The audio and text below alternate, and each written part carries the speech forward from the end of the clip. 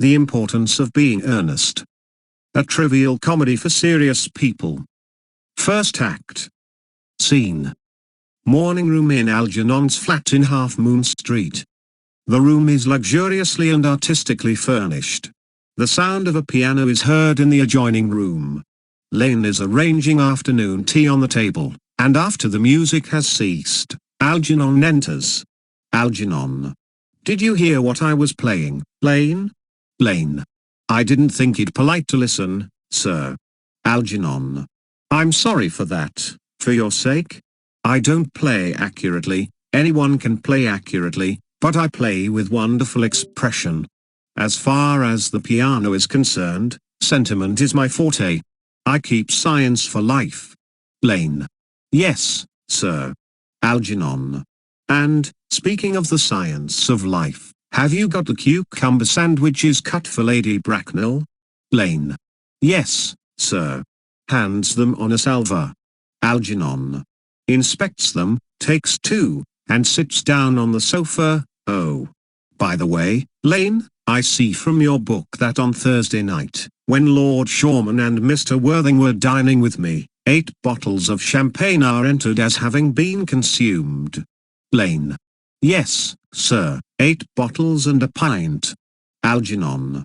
Why is it that at a bachelor's establishment the servants invariably drink the champagne? I ask merely for information. Lane. I attribute it to the superior quality of the wine, sir. I have often observed that in married households the champagne is rarely of a first-rate brand. Algernon. Good heavens. Is marriage so demoralizing as that? Lane. I believe it is a very pleasant state, sir.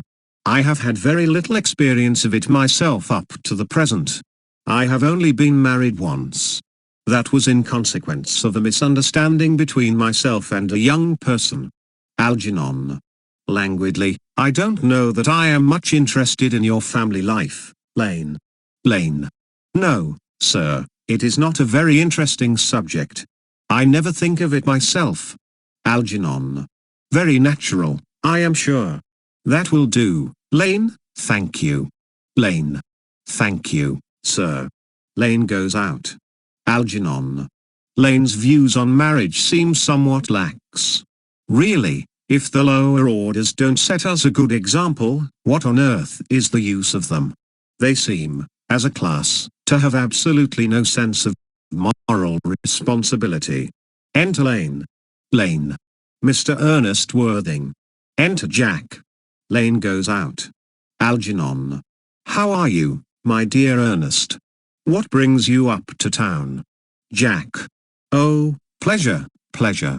What else should bring one anywhere? Eating as usual, I see, LG. Algernon. Stiffly, I believe it is customary in good society to take some slight refreshment at 5 o'clock. Where have you been since last Thursday? Jack. Sitting down on the sofa, in the country. Algernon. What on earth do you do there? Jack. Pulling off his gloves. When one is in town one amuses oneself. When one is in the country one amuses other people. It is excessively boring. Algernon. And who are the people you amuse? Jack.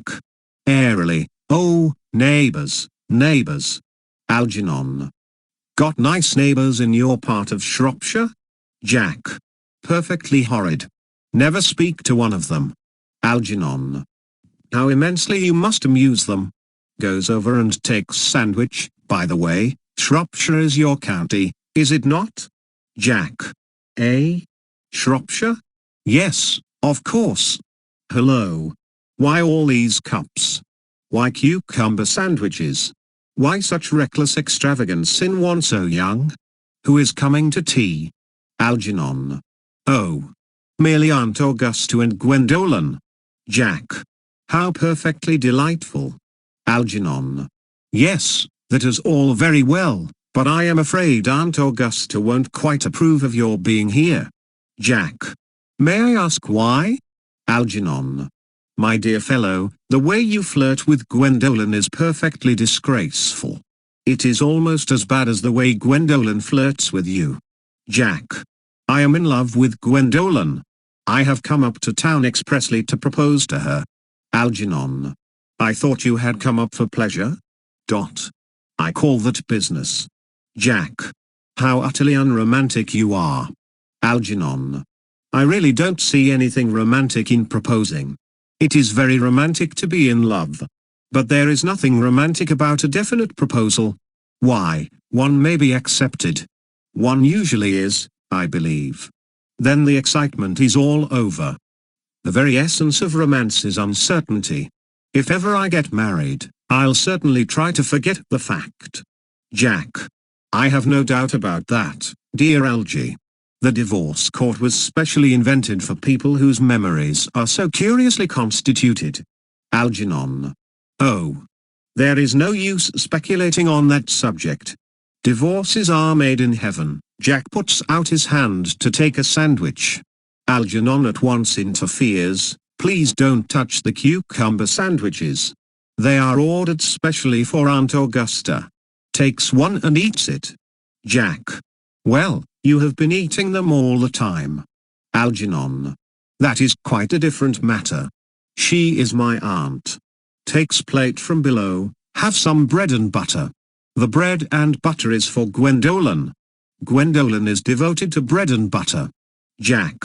Advancing to table and helping himself, and very good bread and butter it is too. Algernon. Well, my dear fellow, you need not eat as if you were going to eat it all. You behave as if you were married to her already. You are not married to her already, and I don't think you ever will be. Jack.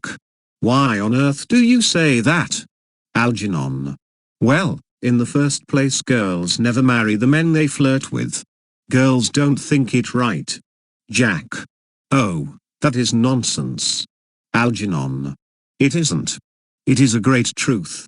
It accounts for the extraordinary number of bachelors that one sees all over the place. In the second place, I don't give my consent. Jack. Your consent. Algernon. My dear fellow, Gwendolen is my first cousin.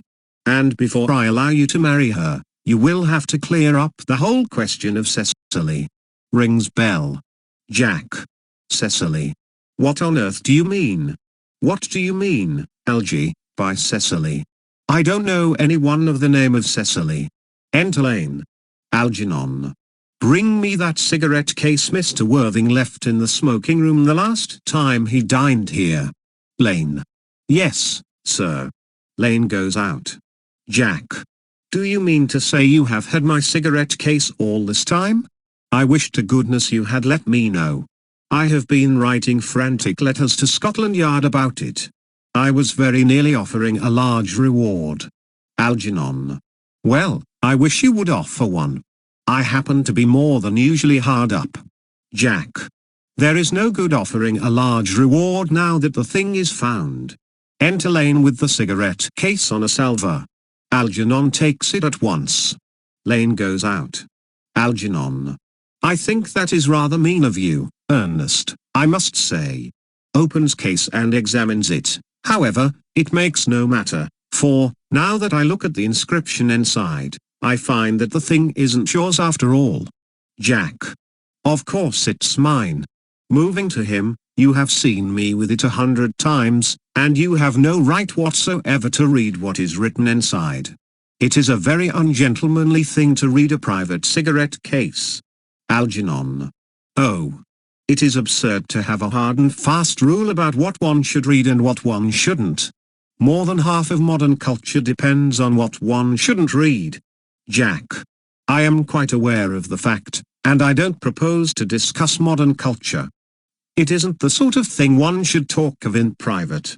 I simply want my cigarette case back. Algernon. Yes, but this isn't your cigarette case. This cigarette case is a present from someone of the name of Cecily, and you said you didn't know anyone of that name. Jack. Well, if you want to know, Cecily happens to be my aunt. Algernon. Your aunt? Jack. Yes. Charming old lady she is, too. Lives at Tunbridge Wells. Just give it back to me, Algie.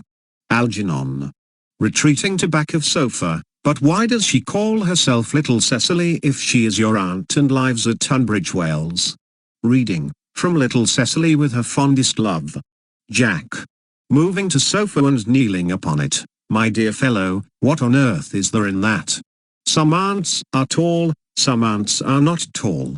That is a matter that surely an aunt may be allowed to decide for herself. You seem to think that every aunt should be exactly like your aunt. That is absurd. For heaven's sake, give me back my cigarette case. Follows Algernon round the room. Algernon. Yes. But why does your aunt call you her uncle? From Little Cecily, with her fondest love to her dear Uncle Jack. There is no objection, I admit, to an aunt being a small aunt, but why an aunt, no matter what her size may be, should call her own nephew her uncle, I can't quite make out. Besides, your name isn't Jack at all, it is Ernest. Jack. It isn't Ernest, it's Jack. Algernon. You have always told me it was Ernest. I have introduced you to everyone as Ernest. You answer to the name of Ernest. You look as if your name was Ernest. You are the most earnest-looking person I ever saw in my life. It is perfectly absurd your saying that your name isn't Ernest. It's on your cards. Here is one of them. Taking it from case, Mr. Ernest Worthing, B. 4, The Albany. I'll keep this as a proof that your name is Ernest if ever you attempt to deny it to me, or to Gwendolen, or to anyone else. Puts the card in his pocket. Jack. Well, my name is Ernest in town and Jack in the country, and the cigarette case was given to me in the country. Algernon. Yes, but that does not account for the fact that your small aunt Cecily, who lives at Tunbridge Wells, calls you her dear uncle. Come, old boy, you had much better have the thing out at once. Jack. My dear Algy, you talk exactly as if you were a dentist.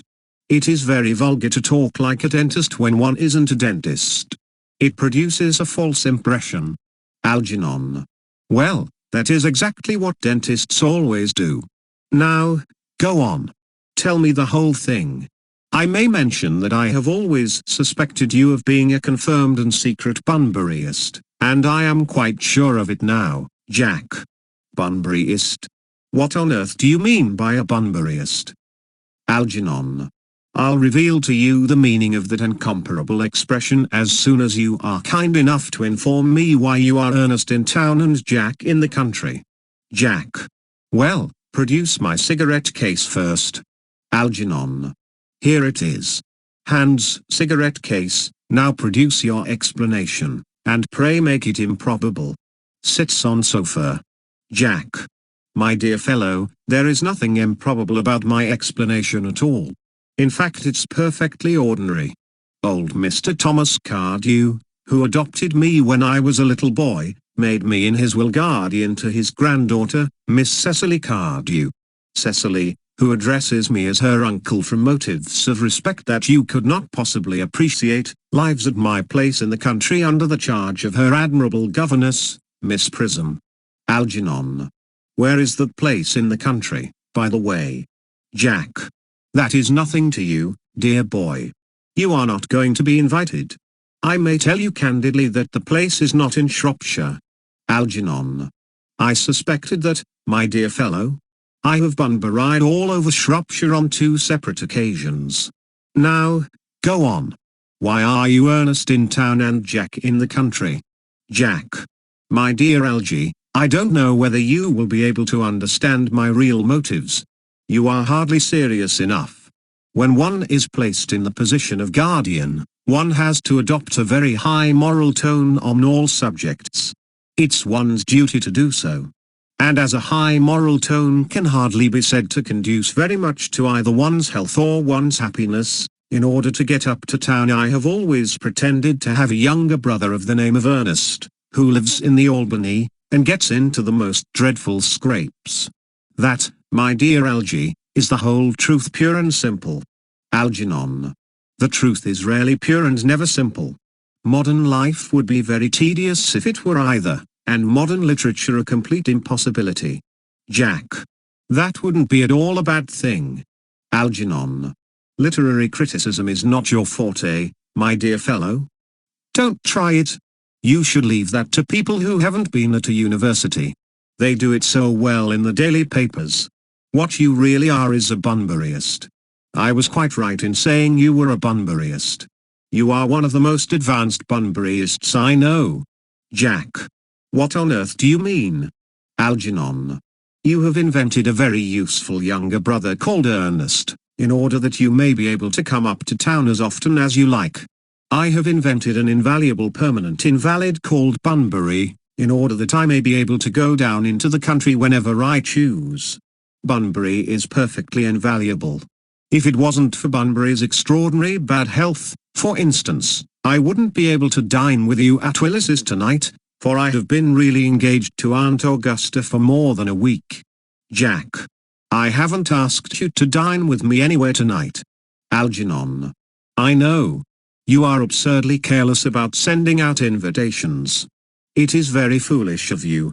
Nothing annoys people so much as not receiving invitations. Jack. You had much better dine with your Aunt Augusta. Algernon. I haven't the smallest intention of doing anything of the kind. To begin with, I dined there on Monday, and once a week is quite enough to dine with one's own relations. In the second place, whenever I do dine there I am always treated as a member of the family, and sent down with either no woman at all, or two. In the third place, I know perfectly well whom she will place me next to, tonight.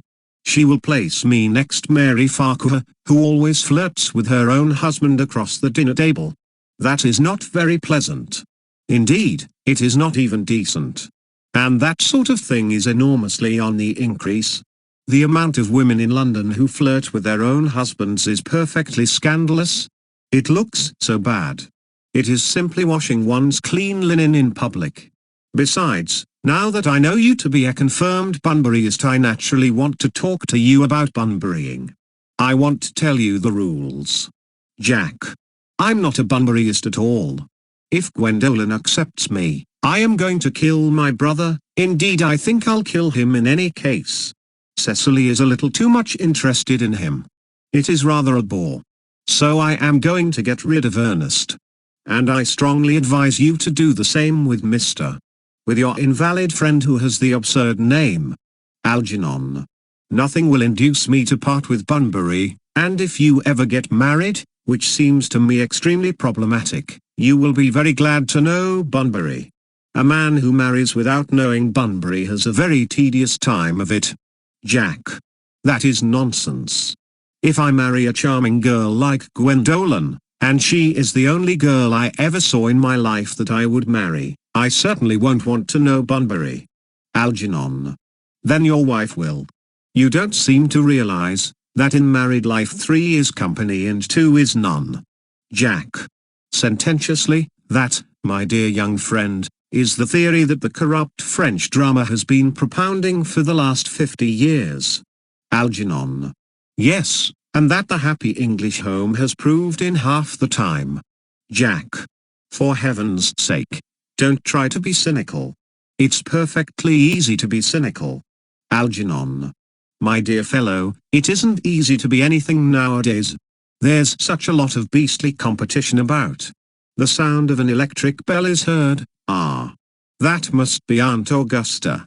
Only relatives, or creditors, ever ring in that Wagnerian manner.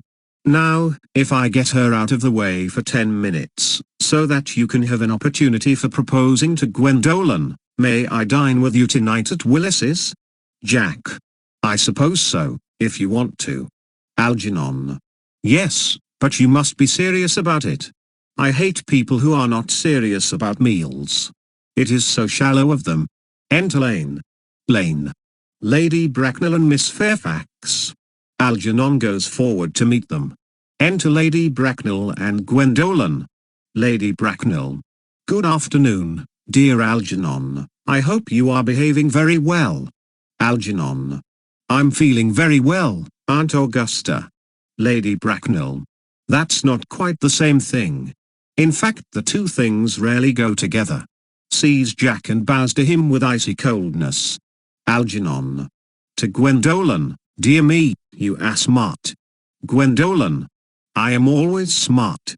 Am I not, Mr. Worthing? Jack. You're quite perfect, Miss Fairfax. Gwendolen. Oh.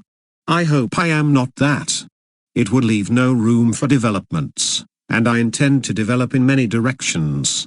Gwendolen and Jack sit down together in the corner. Lady Bracknell. I'm sorry if we are a little late, Algernon, but I was obliged to call on dear Lady Harbury. I hadn't been there since her poor husband's death. I never saw a woman so altered. She looks quite 20 years younger. And now I'll have a cup of tea, and one of those nice cucumber sandwiches you promised me. Algernon. Certainly, Aunt Augusta. Goes over to tea table. Lady Bracknell. Won't you come and sit here, Gwendolen? Gwendolen. Thanks, Mama, I'm quite comfortable where I am. Algernon. Picking up empty plate in horror, good heavens. Lane. Why are there no cucumber sandwiches? I ordered them specially. Lane. Gravely, there were no cucumbers in the market this morning, sir. I went down twice. Algernon. No cucumbers. Lane. No, sir. Not even for ready money. Algernon. That will do, Lane, thank you. Lane. Thank you, sir. Goes out. Algernon. I am greatly distressed, Aunt Augusta, about there being no cucumbers, not even for ready money. Lady Bracknell. It really makes no matter, Algernon. I had some crumpets with Lady Harbury, who seems to me to be living entirely for pleasure now. Algernon. I hear her hair has turned quite gold from grief. Lady Bracknell. It certainly has changed its color. From what cause I, of course, cannot say. Algernon crosses and hands tea, thank you. I've quite a treat for you tonight, Algernon. I am going to send you down with Mary Farquhar. She is such a nice woman, and so attentive to her husband. It's delightful to watch them. Algernon. I am afraid, Aunt Augusta, I shall have to give up the pleasure of dining with you tonight after all. Lady Bracknell. Frowning, I hope not, Algernon. It would put my table completely out. Your uncle would have to dine upstairs. Fortunately he is accustomed to that. Algernon. It is a great bore, and, I need hardly say, a terrible disappointment to me, but the fact is I have just had a telegram to say that my poor friend Bunbury is very ill again. Exchanges glances with Jack. They seem to think I should be with him. Lady Bracknell. It is very strange. This Mr. Bunbury seems to suffer from curiously bad health. Algernon. Yes, poor Bunbury is a dreadful invalid. Lady Bracknell. Well, I must say, Algernon, that I think it is high time that Mr. Bunbury made up his mind whether he was going to live or to die. This shilly-shallying with the question is absurd. Nor do I in any way approve of the modern sympathy with invalids. I consider it morbid. Illness of any kind is hardly a thing to be encouraged in others. Health is the primary duty of life. I am always telling that to your poor uncle, but he never seems to take much notice. As far as any improvement in his ailment goes, I should be much obliged if you would ask Mr. Bunbury, from me, to be kind enough not to have a relapse on Saturday, for I rely on you to arrange my music for me.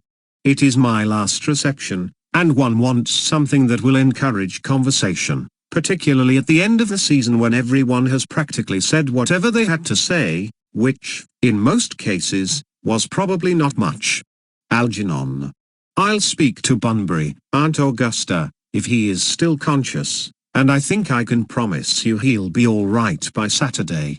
Of course the music is a great difficulty. You see, if one plays good music, people don't listen, and if one plays bad music people don't talk, but I'll run over the program I've drawn out, if you will kindly come into the next room for a moment. Lady Bracknell. Thank you, Algernon. It is very thoughtful of you. Rising, and following Algernon, I'm sure the program will be delightful, after a few expurgations. French songs I cannot possibly allow. People always seem to think that they are improper, and either look shocked, which is vulgar, or laugh, which is worse. But German sounds a thoroughly respectable language, and indeed, I believe is so. Gwendolen, you will accompany me? Gwendolen. Certainly, Mama. Lady Bracknell and Algernon go into the music room. Gwendolen remains behind. Jack. Charming day it has been, Miss Fairfax. Gwendolen. Pray don't talk to me about the weather, Mr. Worthing.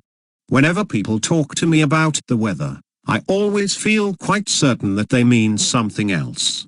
And that makes me so nervous. Jack. I do mean something else. Gwendolen. I thought so. In fact, I am never wrong. Jack. And I would like to be allowed to take advantage of Lady Bracknell's temporary absence. Gwendolen. I would certainly advise you to do so. Mama has a way of coming back suddenly into a room that I have often had to speak to her about. Jack. Nervously, Miss Fairfax, ever since I met you I have admired you more than any girl I have ever met since I met you. Gwendolen. Yes, I am quite well aware of the fact. And I often wish that in public, at any rate, you had been more demonstrative. For me you have always had an irresistible fascination. Even before I met you I was far from indifferent to you. Jack looks at her in amazement. We live, as I hope you know, Mr. Worthing, in an age of ideals. The fact is constantly mentioned in the more expensive monthly magazines, and has reached the provincial pulpits, I am told, and my ideal has always been to love someone of the name of Earnest. There is something in that name that inspires absolute confidence. The moment Algernon first mentioned to me that he had a friend called Earnest, I knew I was destined to love you. Jack. You really love me, Gwendolen? Gwendolen. Passionately. Jack. Darling. You don't know how happy you've made me. Gwendolen. My own Earnest. Jack. But you don't really mean to say that you couldn't love me if my name wasn't Earnest? Gwendolen. But your name is Earnest. Jack. Yes, I know it is. But supposing it was something else? Do you mean to say you couldn't love me then? Gwendolen.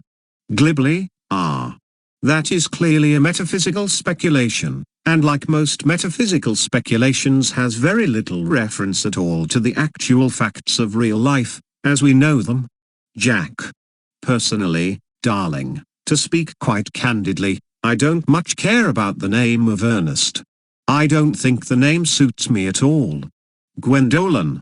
It suits you perfectly. It is a divine name. It has a music of its own.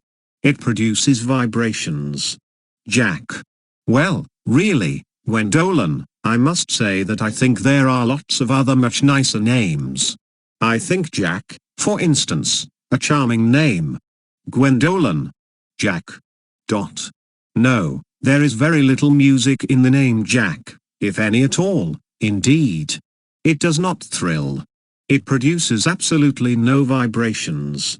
I have known several Jacks, and they all, without exception, were more than usually plain. Besides, Jack is a notorious domesticity for John. And I pity any woman who is married to a man called John. She would probably never be allowed to know the entrancing pleasure of a single moment's solitude. The only really safe name is Earnest. Jack. Gwendolen, I must get christened at once. I mean we must get married at once. There is no time to be lost. Gwendolen. Married, Mr. Worthing? Jack. Astounded. Well, surely. You know that I love you, and you led me to believe, Miss Fairfax, that you were not absolutely indifferent to me. Gwendolen. I adore you. But you haven't proposed to me yet. Nothing has been said at all about marriage. The subject has not even been touched on. Jack. Well. May I propose to you now? Gwendolen. I think it would be an admirable opportunity. And to spare you any possible disappointment, Mr. Worthing, I think it only fair to tell you quite frankly beforehand that I am fully determined to accept you. Jack. Gwendolen. Gwendolen. Yes, Mr. Worthing. What have you got to say to me? Jack. You know what I have got to say to you. Gwendolen. Yes, but you don't say it. Jack.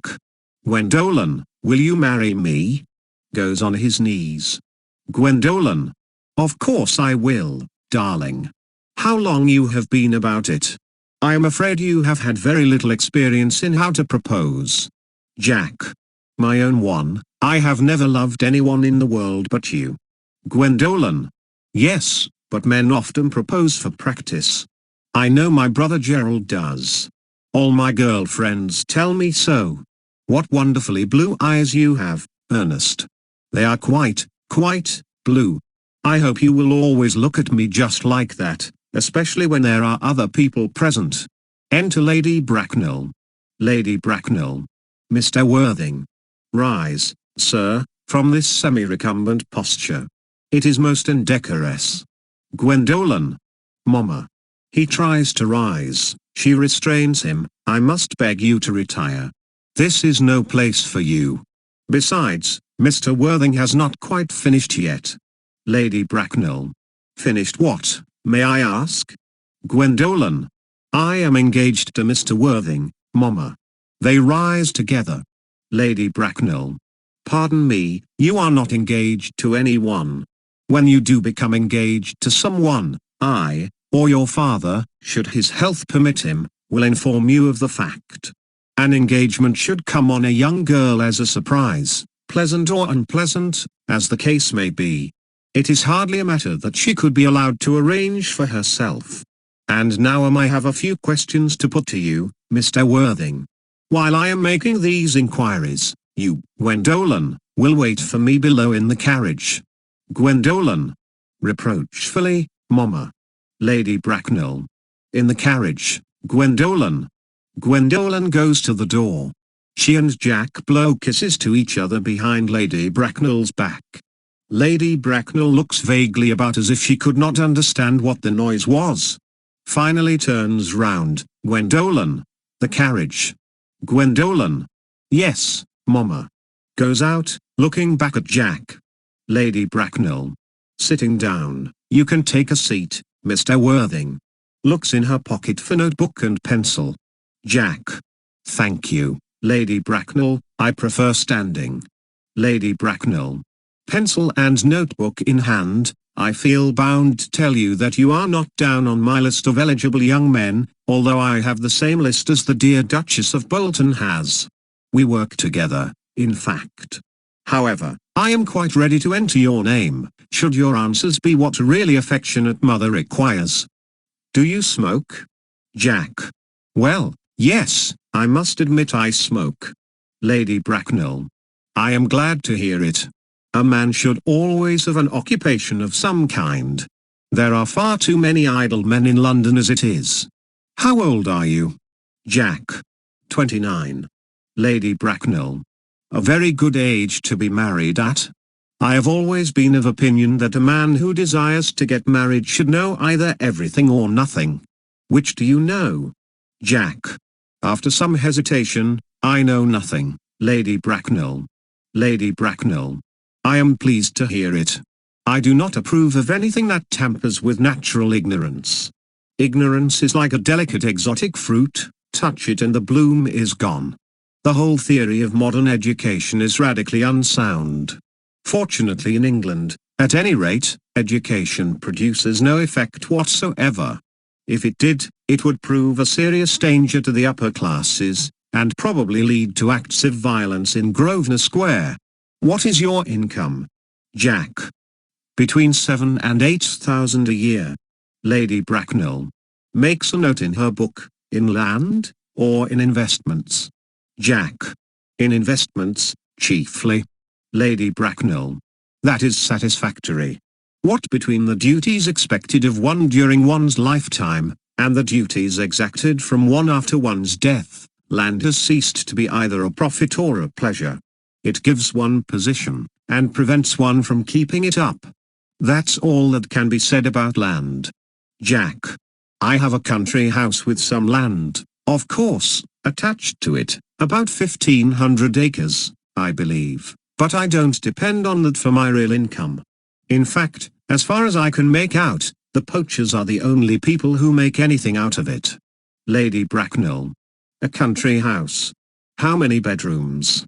Well, that point can be cleared up afterwards. You have a townhouse, I hope. A girl with a simple, unspoiled nature, like Gwendolen, could hardly be expected to reside in the country. Jack. Well, I own a house in Belgrave Square, but it is let by the year to Lady Bloxham. Of course, I can get it back whenever I like, at 6 months' notice. Lady Bracknell. Lady Bloxham. I don't know her. Jack. Oh, she goes about very little. She is a lady considerably advanced in years. Lady Bracknell. Ah, nowadays that is no guarantee of respectability of character. What number in Belgrave Square? Jack. 149. Lady Bracknell. Shaking her head. The unfashionable side. I thought there was something. However, that could easily be altered. Jack. Do you mean the fashion, or the side? Lady Bracknell. Sternly, both, if necessary, I presume. What are your politics? Jack. Well, I am afraid I really have none. I am a liberal unionist. Lady Bracknell. Oh, they count as Tories. They dine with us. Or come in the evening, at any rate. Now to minor matters. Are your parents living? Jack.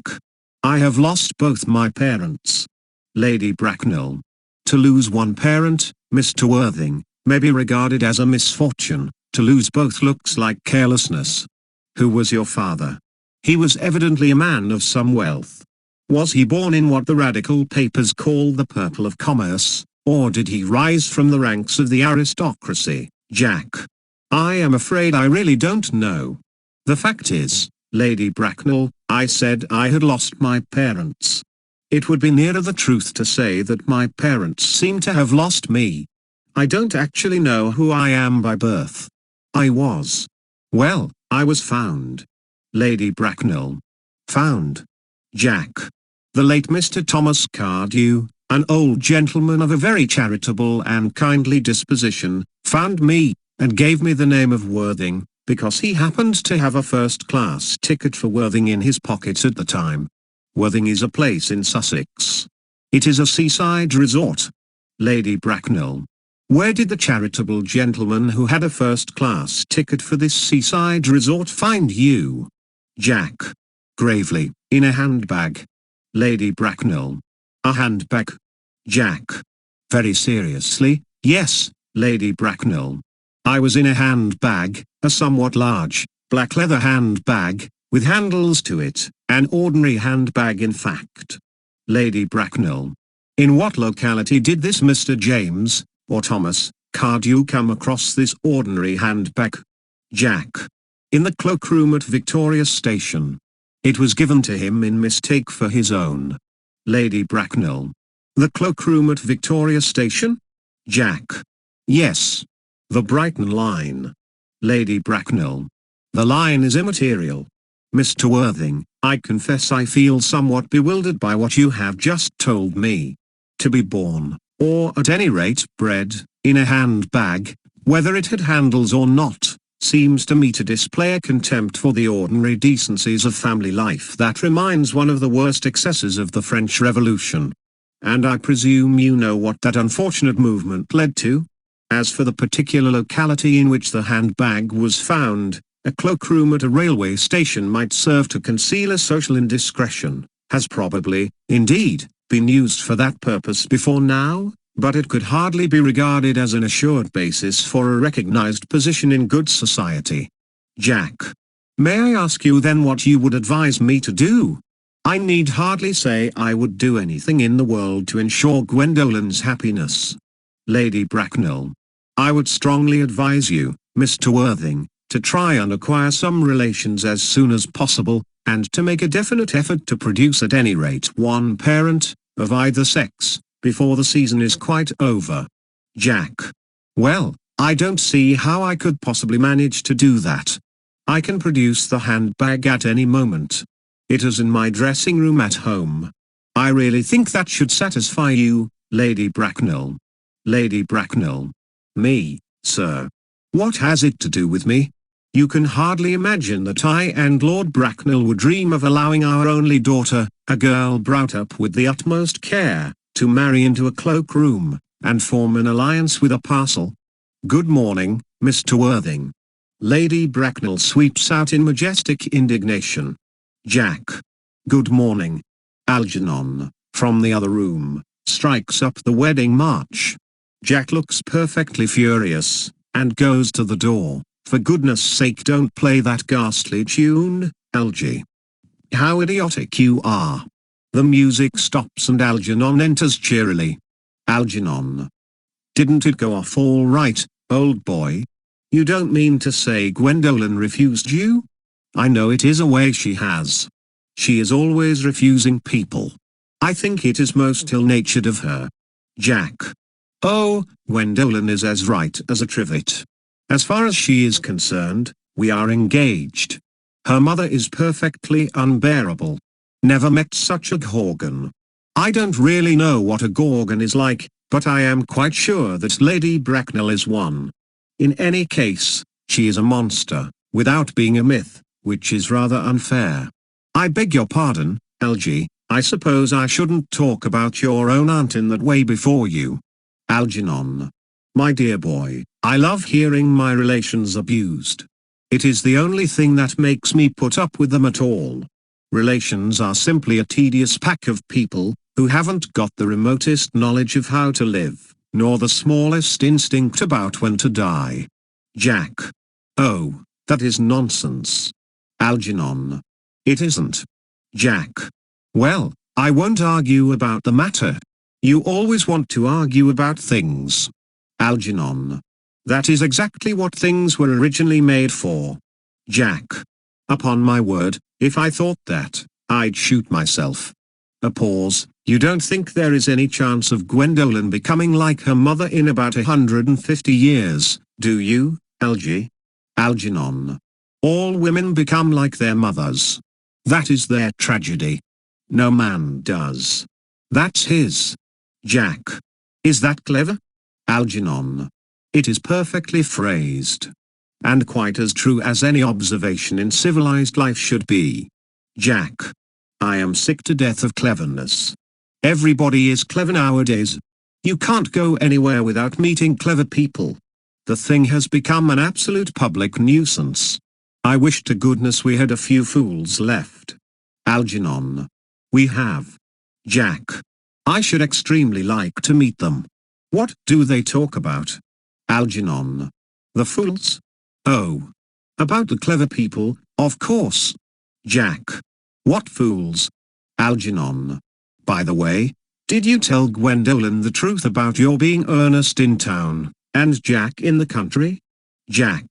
In a very patronizing manner, my dear fellow, the truth isn't quite the sort of thing one tells to a nice, sweet, refined girl. What extraordinary ideas you have about the way to behave to a woman. Algernon. The only way to behave to a woman is to make love to her, if she is pretty, and to someone else, if she is plain. Jack. Oh, that is nonsense. Algernon. What about your brother? What about the profligate Earnest? Jack. Oh, before the end of the week I shall have got rid of him. I'll say he died in Paris of apoplexy. Lots of people die of apoplexy, quite suddenly, don't they? Algernon. Yes, but it's hereditary, my dear fellow. It's a sort of thing that runs in families. You had much better say a severe chill. Jack. You are sure a severe chill isn't hereditary, or anything of that kind? Algernon. Of course it isn't. Jack. Very well, then. My poor brother Ernest is carried off suddenly, in Paris, by a severe chill. That gets rid of him. Algernon. But I thought you said that Miss Cardew was a little too much interested in your poor brother Ernest? Won't she feel his loss a good deal? Jack. Oh, that is all right. Cecily is not a silly romantic girl, I am glad to say. She has got a capital appetite, goes long walks, and pays no attention at all to her lessons. Algernon. I would rather like to see Cecily. Jack. I will take very good care you never do. She is excessively pretty, and she is only just 18. Algernon. Have you told Gwendolen yet that you have an excessively pretty ward who is only just 18? Jack. Oh. One doesn't blurt these things out to people. Cecily and Gwendolen are perfectly certain to be extremely great friends. I'll bet you anything you like that half an hour after they have met, they will be calling each other sister. Algernon. Women only do that when they have called each other a lot of other things first. Now, my dear boy, if we want to get a good table at Willis's, we really must go and dress. Do you know it is nearly 7? Jack. Irritably, oh. It always is nearly 7. Algernon. Well, I'm hungry. Jack. I never knew you when you weren't. Algernon. What shall we do after dinner? Go to a theatre? Jack. Oh no. I loathe listening. Algernon. Well, let us go to the club? Jack. Oh, no. I hate talking. Algernon. Well, we might trot round to the Empire at 10. Jack. Oh, no. I can't bear looking at things. It is so silly. Algernon. Well, what shall we do? Jack. Nothing. Algernon. It is awfully hard work doing nothing. However, I don't mind hard work where there is no definite object of any kind. Enter Lane. Lane. Miss Fairfax. Enter Gwendolen. Lane goes out. Algernon. Gwendolen, upon my word. Gwendolen.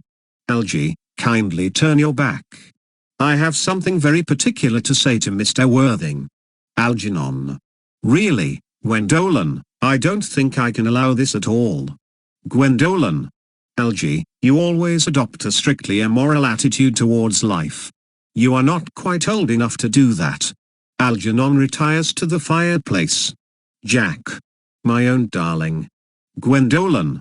Ernest, we may never be married.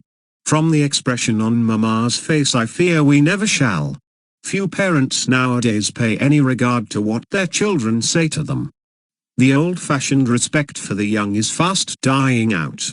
Whatever influence I ever had over Mamma, I lost at the age of 3. But although she may prevent us from becoming man and wife, and I may marry someone else, and marry often, nothing that she can possibly do can alter my eternal devotion to you. Jack. Dear Gwendolen. Gwendolen. The story of your romantic origin, as related to me by Mamma, with unpleasing comments, has naturally stirred the deeper fibers of my nature. Your Christian name has an irresistible fascination. The simplicity of your character makes you exquisitely incomprehensible to me. Your town address at the Albany I have. What is your address in the country? Jack. The Manor House, Walton, Hertfordshire. Algernon, who has been carefully listening, smiles to himself, and writes the address on his shirt cuff.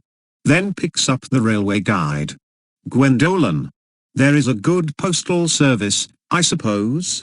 It may be necessary to do something desperate. That of course will require serious consideration. I will communicate with you daily. Jack. My own one.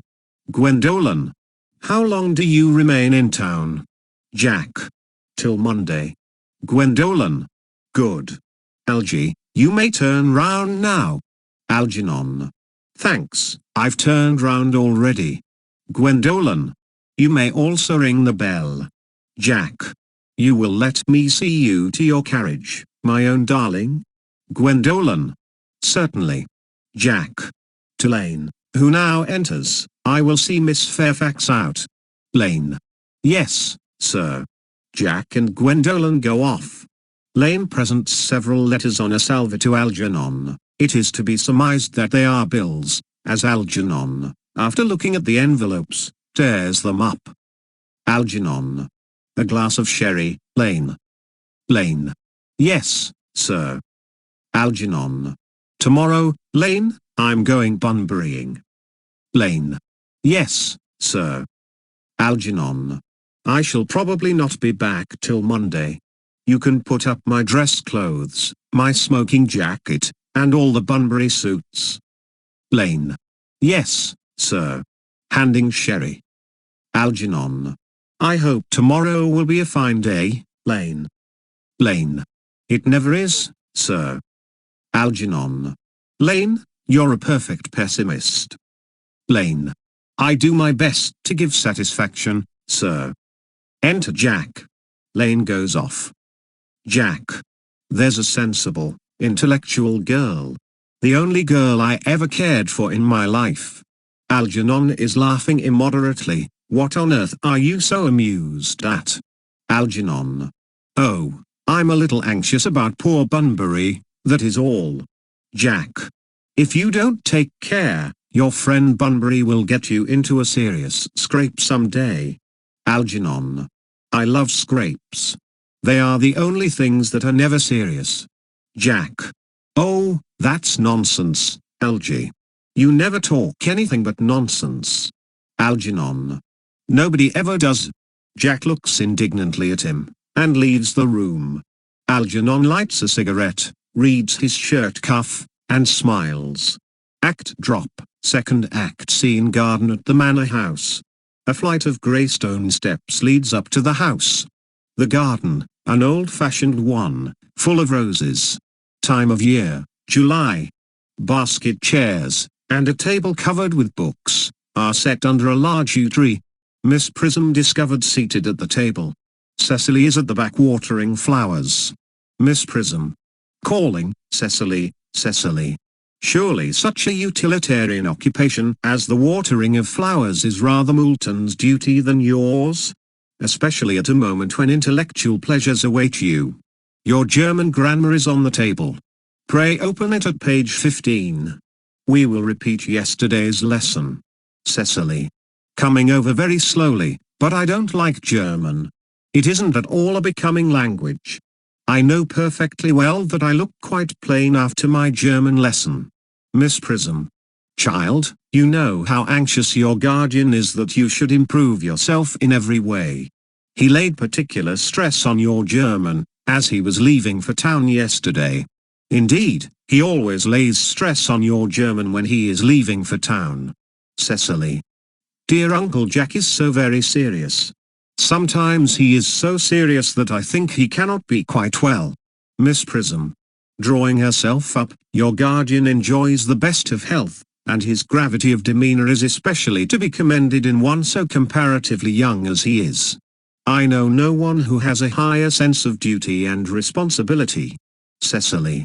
I suppose that is why he often looks a little bored when we three are together. Miss Prism.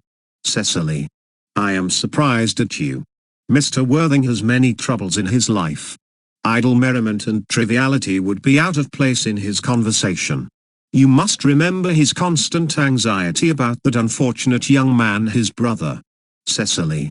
I wish Uncle Jack would allow that unfortunate young man, his brother, to come down here sometimes. We might have a good influence over him, Miss Prism. I am sure you certainly would. You know German, and geology, and things of that kind influence a man very much. Cecily begins to write in her diary. Miss Prism. Shaking her head, I do not think that even I could produce any effect on a character that according to his own brother's admission is irretrievably weak and vacillating. Indeed, I am not sure that I would desire to reclaim him. I am not in favor of this modern mania for turning bad people into good people at a moment's notice. As a man sows, so let him reap. You must put away your diary, Cecily. I really don't see why you should keep a diary at all. Cecily. I keep a diary in order to enter the wonderful secrets of my life. If I didn't write them down, I should probably forget all about them. Miss Prism. Memory, my dear Cecily, is the diary that we all carry about with us. Cecily. Yes, but it usually chronicles the things that have never happened, and couldn't possibly have happened. I believe that memory is responsible for nearly all the 3-volume novels that Moody sends us. Miss Prism. Do not speak slightingly of the 3-volume novel, Cecily. I wrote one myself in earlier days. Cecily. Did you really, Miss Prism? How wonderfully clever you are. I hope it did not end happily. I don't like novels that end happily. They depress me so much. Miss Prism. The good ended happily, and the bad unhappily. That is what fiction means. Cecily. I suppose so. But it seems very unfair. And was your novel ever published? Miss Prism. Alas. No. The manuscript unfortunately was abandoned. Cecily Start. I use the word in the sense of lost or mislaid. To your work, child, these speculations are profitless. Cecily. Smiling, but I see dear Dr. Chasuble coming up through the garden. Miss Prism. Rising and advancing, Dr. Chasuble. This is indeed a pleasure. Enter Canon Chasuble. Chasuble. And how are we this morning? Miss Prism. You are, I trust, well? Cecily. Miss Prism has just been complaining of a slight headache. I think it would do her so much good to have a short stroll with you in the park, Dr. Chasuble. Miss Prism. Cecily. I have not mentioned anything about a headache. Cecily. No, dear Miss Prism, I know that, but I felt instinctively that you had a headache. Indeed, I was thinking about that, and not about my German lesson, when the rector came in. Chasuble. I hope, Cecily, you are not inattentive. Cecily. Oh, I am afraid I am. Chasuble. That is strange. Were I fortunate enough to be Miss Prism's pupil, I would hang upon her lips. Miss Prism glares. I spoke metaphorically. My metaphor was drawn from bees. Ahem. Mr. Worthing, I suppose, has not returned from town yet? Miss Prism. We do not expect him till Monday afternoon. Chasuble. Ah yes. He usually likes to spend his Sunday in London. He is not one of those whose sole aim is enjoyment, as, by all accounts, that unfortunate young man his brother seems to be. But I must not disturb Egeria and her pupil any longer. Miss Prism. Egeria. My name is Letitia, Dr. Chasuble. Bowing, a classical allusion merely, drawn from the pagan authors. I shall see you both no doubt at evensong. Miss Prism. I think, dear Doctor, I will have a stroll with you. I find I have a headache after all, and a walk might do it good. Chasuble. With pleasure, Miss Prism, with pleasure. We might go as far as the schools and back. Miss Prism. That would be delightful. Cecily, you will read your political economy in my absence. The chapter on the fall of the rupee you may omit. It is somewhat too sensational. Even these metallic problems have their melodramatic side. Goes down the garden with Dr. Chasuble. Cecily. Picks up books and throws them back on table. Horrid political economy. Horrid geography. Horrid German. Enter Merriman with a card on a salver. Merriman. Mr. Earnest Worthing has just driven over from the station. He has brought his luggage with him. Cecily. Takes the card and reads it. Mr. Earnest Worthing, B. 4, The Albany, W. Uncle Jack's brother. Did you tell him Mr. Worthing was in town? Merriman. Yes, miss. He seemed very much disappointed. I mentioned that you and Miss Prism were in the garden. He said he was anxious to speak to you privately for a moment. Cecily. Ask Mr. Earnest Worthing to come here. I suppose you had better talk to the housekeeper about a room for him. Merriman. Yes, miss. Merriman goes off. Cecily. I have never met any really wicked person before. I feel rather frightened. I am so afraid he will look just like everyone else. Enter Algernon, very gay and debonair, he does. Algernon. Raising his hat, you are my little cousin Cecily, I'm sure. Cecily. You are under some strange mistake. I am not little. In fact, I believe I am more than usually tall for my age. Algernon is rather taken aback, but I am your cousin Cecily. You, I see from your card, are Uncle Jack's brother, my cousin Ernest, my wicked cousin Ernest. Algernon. Oh. I am not really wicked at all, cousin Cecily. You mustn't think that I am wicked. Cecily. If you are not, Then you have certainly been deceiving us all in a very inexcusable manner. I hope you have not been leading a double life, pretending to be wicked and being really good all the time. That would be hypocrisy. Algernon looks at her in amazement. Oh. Of course I have been rather reckless. Cecily. I am glad to hear it. Algernon. In fact, now you mention the subject, I have been very bad in my own small way. Cecily. I don't think you should be so proud of that, though I am sure it must have been very pleasant. Algernon. It is much pleasanter being here with you. Cecily. I can't understand how you are here at all. Uncle Jack won't be back till Monday afternoon. Algernon. That is a great disappointment. I am obliged to go up by the first train on Monday morning. I have a business appointment that I am anxious to miss. Cecily. Couldn't you miss it anywhere but in London? Algernon. Number the appointment is in London. Cecily. Well, I know, of course, how important it is not to keep a business engagement, if one wants to retain any sense of the beauty of life, but still I think you had better wait till Uncle Jack arrives. I know he wants to speak to you about your emigrating. Algernon. About my what? Cecily. Your emigrating. He has gone up to buy your outfit. Algernon. I certainly wouldn't let Jack buy my outfit. He has no taste in neckties at all. Cecily. I don't think you will require neckties. Uncle Jack is sending you to Australia. Algernon. Australia. I'd sooner die. Cecily. Well, he said at dinner on Wednesday night, that you would have to choose between this world, the next world, and Australia. Algernon. Oh, well. The accounts I have received of Australia and the next world are not particularly encouraging.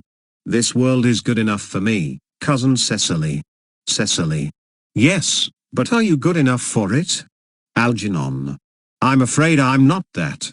That is why I want you to reform me. You might make that your mission, if you don't mind, Cousin Cecily. Cecily. I'm afraid I've no time, this afternoon. Algernon. Well, would you mind my reforming myself this afternoon? Cecily. It is rather quixotic of you. But I think you should try. Algernon. I will. I feel better already. Cecily. You are looking a little worse. Algernon. That is because I am hungry. Cecily. How thoughtless of me. I should have remembered that when one is going to lead an entirely new life, one requires regular and wholesome meals. Won't you come in? Algernon. Thank you. Might I have a buttonhole first? I never have any appetite unless I have a buttonhole first. Cecily. A maréchal picks up scissors. Algernon. No, I'd sooner have a pink rose. Cecily. Why? Cuts a flower. Algernon. Because you are like a pink rose, Cousin Cecily. Cecily. I don't think it can be right for you to talk to me like that. Miss Prism never says such things to me. Algernon. Then Miss Prism is a short-sighted old lady. Cecily puts the rose in his buttonhole. You are the prettiest girl I ever saw. Cecily. Miss Prism says that all good looks are a snare. Algernon. They are a snare that every sensible man would like to be caught in. Cecily. Oh, I don't think I would care to catch a sensible man. I shouldn't know what to talk to him about. They pass into the house. Miss Prism and Dr. Chasuble return. Miss Prism. You are too much alone, dear Dr. Chasuble. You should get married. A misanthrope I can understand, a womanthrope, never. Chasuble. With a scholar's shudder, believe me, I do not deserve so neologistic a phrase. The precept as well as the practice of the primitive church was distinctly against matrimony. Miss Prism. Sententiously, that is obviously the reason why the primitive church has not lasted up to the present day. And you do not seem to realize, dear doctor, that by persistently remaining single, a man converts himself into a permanent public temptation. Men should be more careful. This very celibacy leads weaker vessels astray. Chasuble. But is a man not equally attractive when married? Miss Prism. No married man is ever attractive except to his wife. Chasuble. And often, I've been told, not even to her. Miss Prism. That depends on the intellectual sympathies of the woman. Maturity can always be depended on. Ripeness can be trusted. Young women are green. Dr. Chasuble start. I spoke horticulturally. My metaphor was drawn from fruits. But where is Cecily? Chasuble. Perhaps she followed us to the schools. Enter Jack slowly from the back of the garden. He is dressed in the deepest mourning, with crepe hatband and black gloves. Miss Prism. Mr. Worthing. Chasuble. Mr. Worthing? Miss Prism. This is indeed a surprise. We did not look for you till Monday afternoon. Jack. Shakes Miss Prism's hand in a tragic manner. I have returned sooner than I expected. Dr. Chasuble, I hope you are well? Chasuble. Dear Mr. Worthing, I trust this garb of woe does not betoken some terrible calamity? Jack. My brother. Miss Prism. More shameful debts and extravagance? Chasuble. Still leading his life of pleasure? Jack. Shaking his head, dead. Chasuble. Your brother Earnest dead? Jack. Quite dead. Miss Prism. What a lesson for him. I trust he will profit by it. Chasuble. Mr. Worthing, I offer you my sincere condolence. You have at least the consolation of knowing that you were always the most generous and forgiving of brothers. Jack. Poor Earnest. He had many faults, but it is a sad, sad blow. Chasuble. Very sad indeed. Were you with him at the end? Jack. No. He died abroad, in Paris, in fact. I had a telegram last night from the manager of the Grand Hotel. Chasuble. Was the cause of death mentioned? Jack. A severe chill, it seems. Miss Prism. As a man sows, so shall he reap. Chasuble. Raising his hand, Charity, dear Miss Prism, Charity. None of us are perfect. I myself am peculiarly susceptible to drafts. Will the interment take place here? Jack. No. He seems to have expressed a desire to be buried in Paris. Chasuble. In Paris. Shakes his head. I fear that hardly points to any very serious state of mind at the last. You would no doubt wish me to make some slight allusion to this tragic domestic affliction next Sunday. Jack presses his hand convulsively. My sermon on the meaning of the manna in the wilderness can be adapted to almost any occasion, joyful, or, as in the present case, distressing. All sigh. I have preached it at harvest celebrations, christenings, confirmations, on days of humiliation and festal days. The last time I delivered it was in the cathedral, as a charity sermon on behalf of the Society for the Prevention of Discontent among the Upper Orders. The bishop, who was present, was much struck by some of the analogies I drew. Jack. Ah. That reminds me, you mentioned christenings I think, Dr. Chasuble? I suppose you know how to christen all right? Dr. Chasuble looks astounded. I mean, of course, you are continually christening, aren't you? Miss Prism.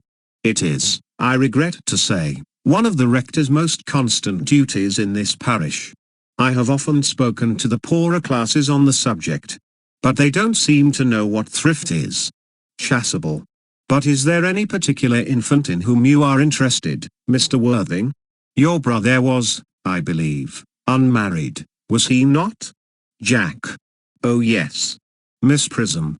Bitterly, people who live entirely for pleasure usually are. Jack. But it is not for any child, dear doctor. I am very fond of children. No. The fact is, I would like to be christened myself, this afternoon, if you have nothing better to do. Chasuble. But surely, Mr. Worthing, you have been christened already? Jack. I don't remember anything about it. Chasuble. But have you any grave doubts on the subject? Jack.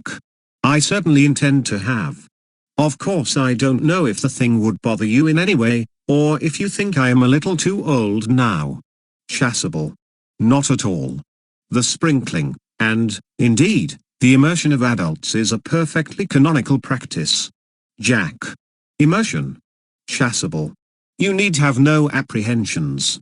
Sprinkling is all that is necessary, or indeed I think advisable. Our weather is so changeable. At what hour would you wish the ceremony performed? Jack. Oh, I might trot round about 5 if that would suit you. Chasuble. Perfectly, perfectly. In fact I have 2 similar ceremonies to perform at that time. A case of twins that occurred recently in one of the outlying cottages on your own estate. Poor Jenkins the carter, a most hard-working man. Jack. Oh. I don't see much fun in being christened along with other babies. It would be childish. Would 5:30 do? Chasuble. Admirably. Admirably.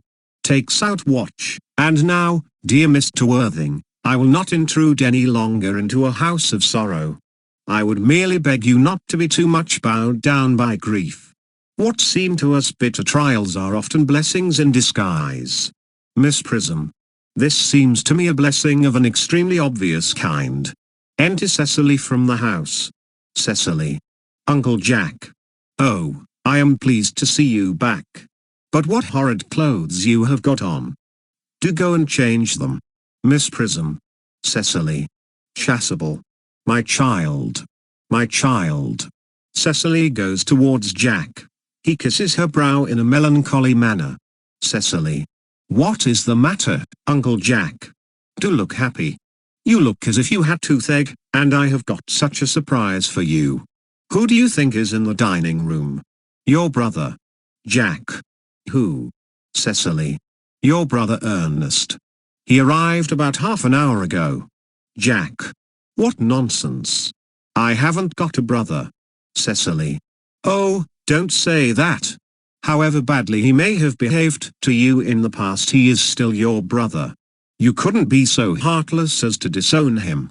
I'll tell him to come out. And you will shake hands with him, won't you, Uncle Jack? Runs back into the house. Chasuble. These are very joyful tidings. Miss Prism.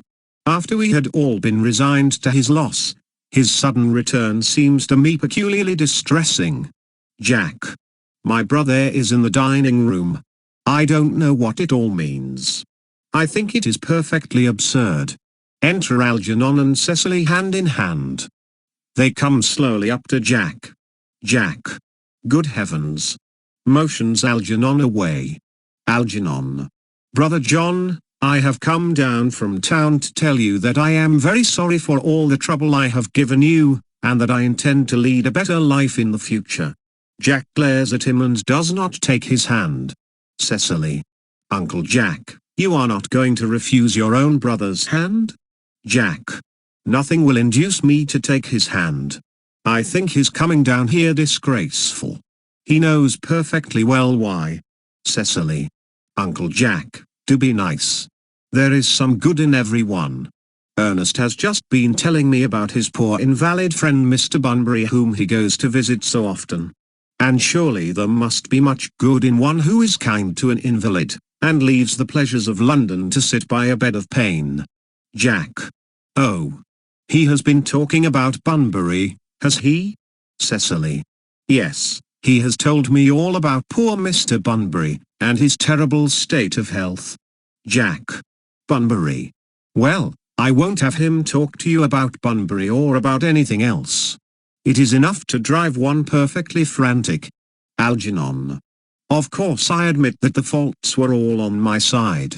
But I must say that I think that Brother John's coldness to me is peculiarly painful. I expected a more enthusiastic welcome, especially considering it is the first time I have come here. Cecily. Uncle Jack, if you don't shake hands with Ernest I will never forgive you. Jack. Never forgive me? Cecily. Never, never, never.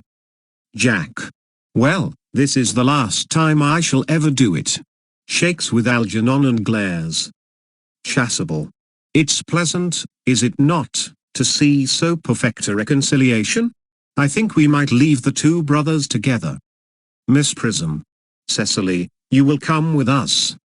Cecily. Certainly, Miss Prism. My little task of reconciliation is over. Chasuble. You have done a beautiful action today, dear child. Miss Prism. We must not be premature in our judgments. Cecily. I feel very happy. They all go off except Jack and Algernon. Jack. You young scoundrel, Algie, you must get out of this place as soon as possible. I don't allow any bunburying here. Enter Merriman. Merriman. I have put Mr. Earnest's things in the room next to yours, sir. I suppose that is all right? Jack. What? Merriman. Mr. Earnest's luggage, sir. I have unpacked it and put it in the room next to your own. Jack. His luggage? Merriman. Yes, sir. 3 portmanteaus, a dressing case, 2 hat boxes, and a large luncheon basket. Algernon. I am afraid I can't stay more than a week this time. Jack. Merriman, order the dog cart at once. Mr. Earnest has been suddenly called back to town. Merriman. Yes, sir. Goes back into the house. Algernon. What a fearful liar you are, Jack. I have not been called back to town at all. Jack. Yes, you have. Algernon. I haven't heard anyone call me. Jack. Your duty as a gentleman calls you back. Algernon. My duty as a gentleman has never interfered with my pleasures in the smallest degree. Jack. I can quite understand that. Algernon. Well, Cecily is a darling. Jack. You are not to talk of Ms. Cardew like that. I don't like it. Algernon. Well, I don't like your clothes. You look perfectly ridiculous in them. Why on earth don't you go up and change? It is perfectly childish to be in deep mourning for a man who is actually staying for a whole week with you in your house as a guest. I call it grotesque. Jack. You are certainly not staying with me for a whole week as a guest or anything else. You have got to leave. By the 4:05 train. Algernon. I certainly won't leave you so long as you are in mourning. It would be most unfriendly. If I were in mourning you would stay with me, I suppose. I should think it very unkind if you didn't. Jack. Well, will you go if I change my clothes? Algernon. Yes, if you are not too long. I never saw anybody take so long to dress, and with such little result. Jack. Well, at any rate, that is better than being always overdressed as you are. Algernon. If I am occasionally a little overdressed, I make up for it by being always immensely overeducated. Jack. Your vanity is ridiculous, your conduct an outrage, and your presence in my garden utterly absurd. However, you have got to catch the 4:05, and I hope you will have a pleasant journey back to town. This bunburying, as you call it, has not been a great success for you. Goes into the house. Algernon. I think it has been a great success. I'm in love with Cecily, and that is everything. Enter Cecily at the back of the garden. She picks up the can and begins to water the flowers, but I must see her before I go, and make arrangements for another bunbury. Ah, there she is. Cecily. Oh, I merely came back to water the roses. I thought you were with Uncle Jack. Algernon. He's gone to order the dog cart for me. Cecily. Oh, is he going to take you for a nice drive? Algernon. He's going to send me away. Cecily. Then have we got to part? Algernon. I am afraid so. It's a very painful parting. Cecily. It is always painful to part from people whom one has known for a very brief space of time. The absence of old friends one can endure with equanimity. But even a momentary separation from anyone to whom one has just been introduced is almost unbearable. Algernon. Thank you. Enter Merriman. Merriman. The dog cart is at the door, sir. Algernon looks appealingly at Cecily. Cecily. It can wait, Merriman, for 5 minutes. Merriman. Yes, miss. Exit Merriman. Algernon. I hope, Cecily, I shall not offend you if I state quite frankly and openly that you seem to me to be in every way the visible personification of absolute perfection. Cecily. I think your frankness does you great credit, Ernest. If you will allow me, I will copy your remarks into my diary. Goes over to table and begins writing in diary. Algernon. Do you really keep a diary? I'd give anything to look at it. May I? Cecily. Oh no. Puts her hand over it. You see, it is simply a very young girl's record of her own thoughts and impressions, and consequently meant for publication. When it appears in volume form I hope you will order a copy. But pray, Ernest, don't stop. I delight in taking down from dictation. I have reached absolute perfection. You can go on. I am quite ready for more. Algernon. Somewhat taken aback. Ahem. Ahem. Cecily. Oh, don't cough, Ernest. When one is dictating one should speak fluently and not cough. Besides, I don't know how to spell a cough. Right, says Algernon speaks. Algernon. Speaking very rapidly, Cecily, ever since I first looked upon your wonderful and incomparable beauty, I have dared to love you wildly, passionately, devotedly, hopelessly. Cecily. I don't think that you should tell me that you love me wildly, passionately, devotedly, hopelessly. Helplessly doesn't seem to make much sense, does it? Algernon. Cecily. Enter Merriman.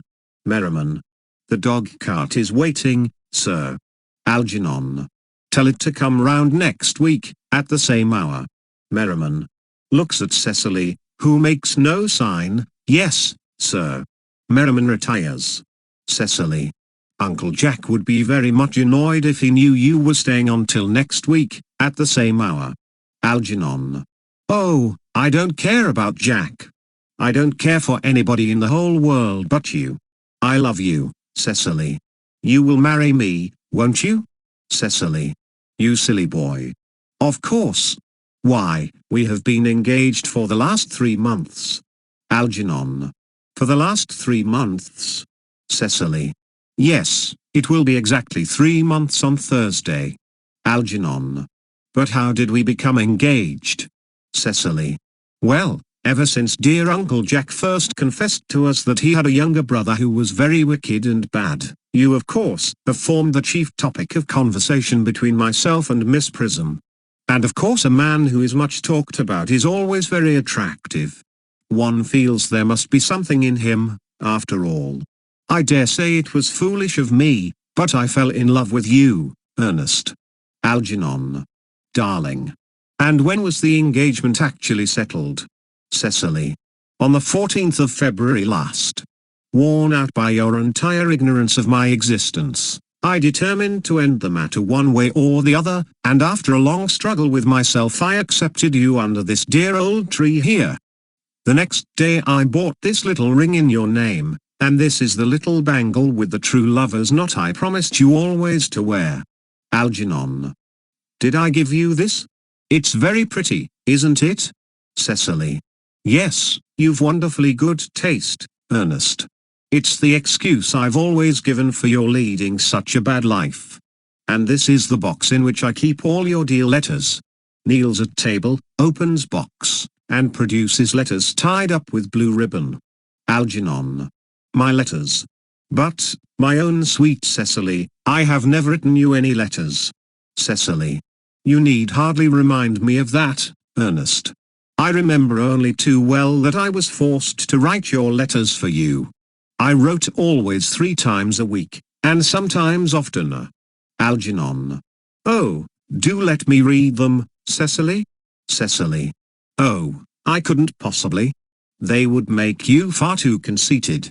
Replaces box. The 3 you wrote me after I had broken off the engagement are so beautiful, and so badly spelled, that even now I can hardly read them without crying a little. Algernon. But was our engagement ever broken off? Cecily.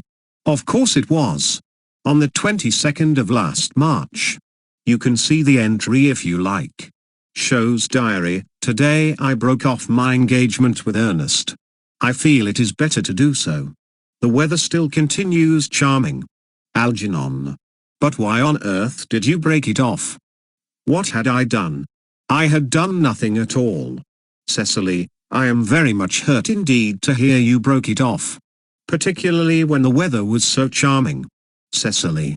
It would hardly have been a really serious engagement if it hadn't been broken off at least once. But I forgave you before the week was out. Algernon. Crossing to her, and kneeling, what a perfect angel you are, Cecily. Cecily. You dear romantic boy. He kisses her, she puts her fingers through his hair, I hope your hair curls naturally, does it? Algernon. Yes, darling, with a little help from others. Cecily. I am so glad. Algernon. You'll never break off our engagement again, Cecily? Cecily. I don't think I could break it off now that I have actually met you. Besides, of course, there is the question of your name. Algernon. Yes, of course. Nervously.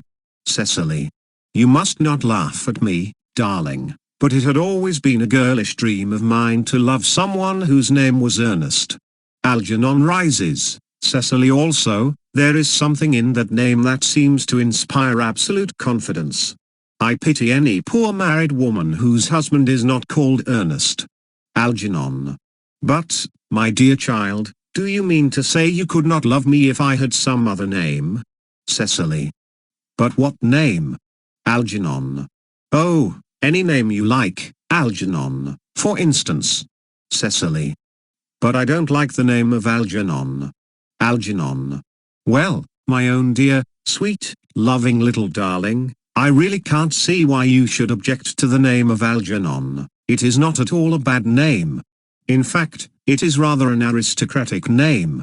Half of the chaps who get into the bankruptcy court are called Algernon. But seriously, Cecily. Moving to her. If my name was Algie, couldn't you love me? Cecily. Rising. I might respect you, Earnest, I might admire your character, but I fear that I should not be able to give you my undivided attention. Algernon. Ahem. Cecily. Picking up hat, your rector here is, I suppose, thoroughly experienced in the practice of all the rites and ceremonials of the church? Cecily. Oh, yes. Dr. Chasuble is a most learned man. He has never written a single book, so you can imagine how much he knows. Algernon. I must see him at once on a most important christening, I mean on most important business. Cecily. Oh. Algernon. I shan't be away more than half an hour. Cecily. Considering that we have been engaged since February the 14th, and that I only met you today for the first time, I think it is rather hard that you should leave me for so long a period as half an hour. Couldn't you make it 20 minutes? Algernon.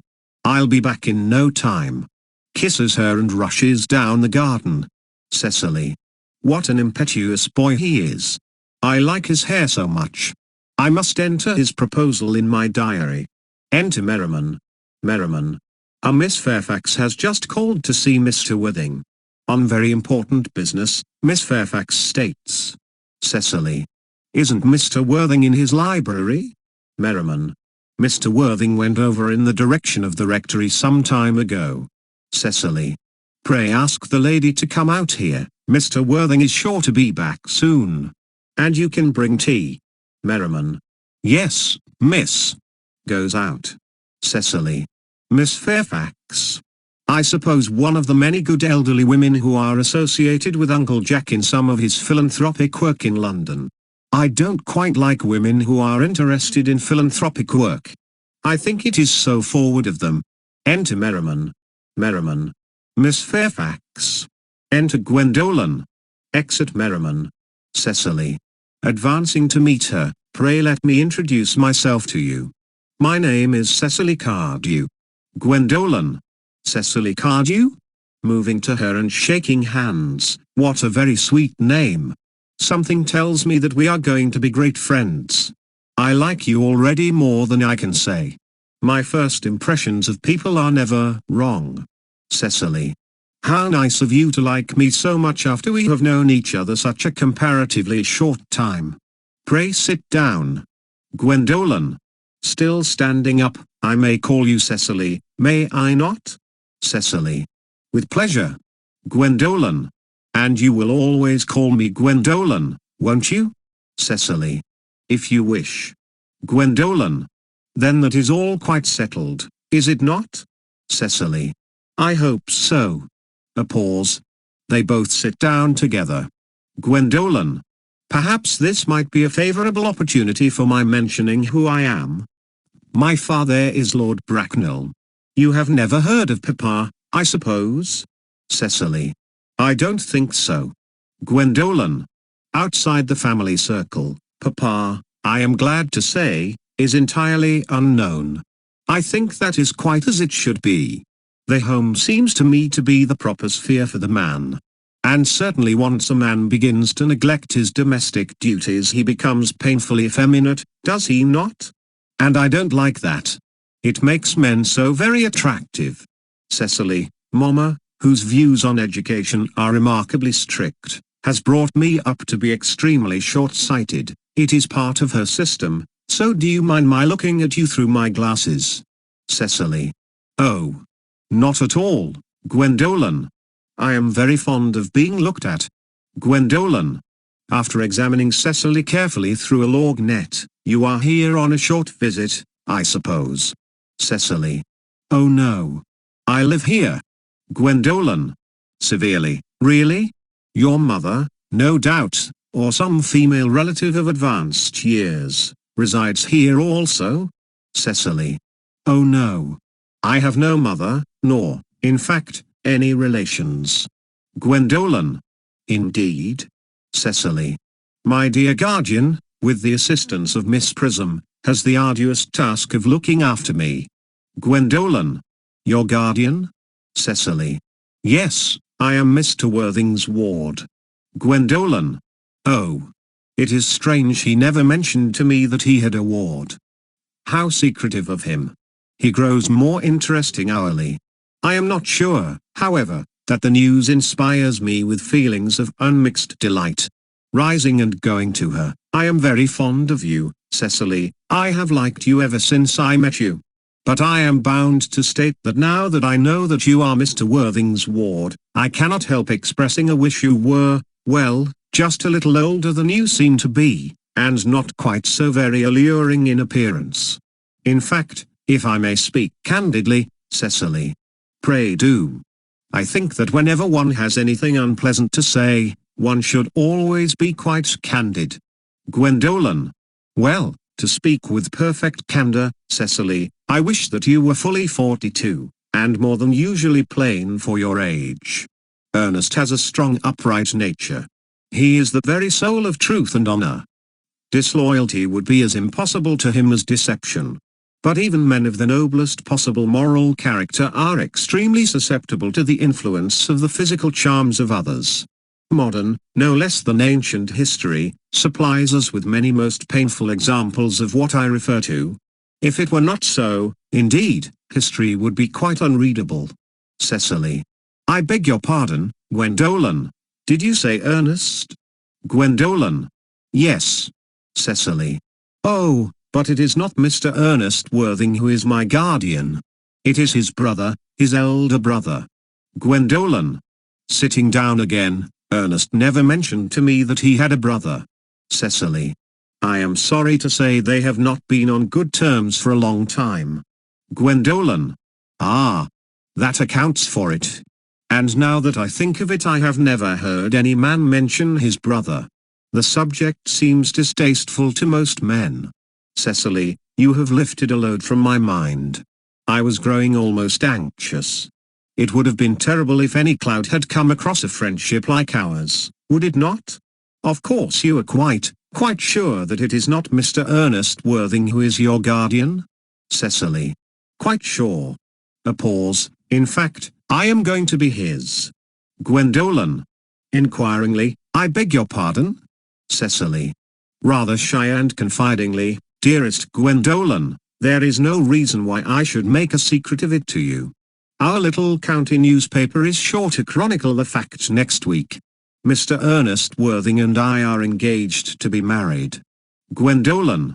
quite politely, rising. My darling Cecily, I think there must be some slight error. Mr. Ernest Worthing is engaged to me. The announcement will appear in the Morning Post on Saturday at the latest. Cecily. Very politely, rising. I am afraid you must be under some misconception. Ernest proposed to me exactly 10 minutes ago. Shows diary. Gwendolen.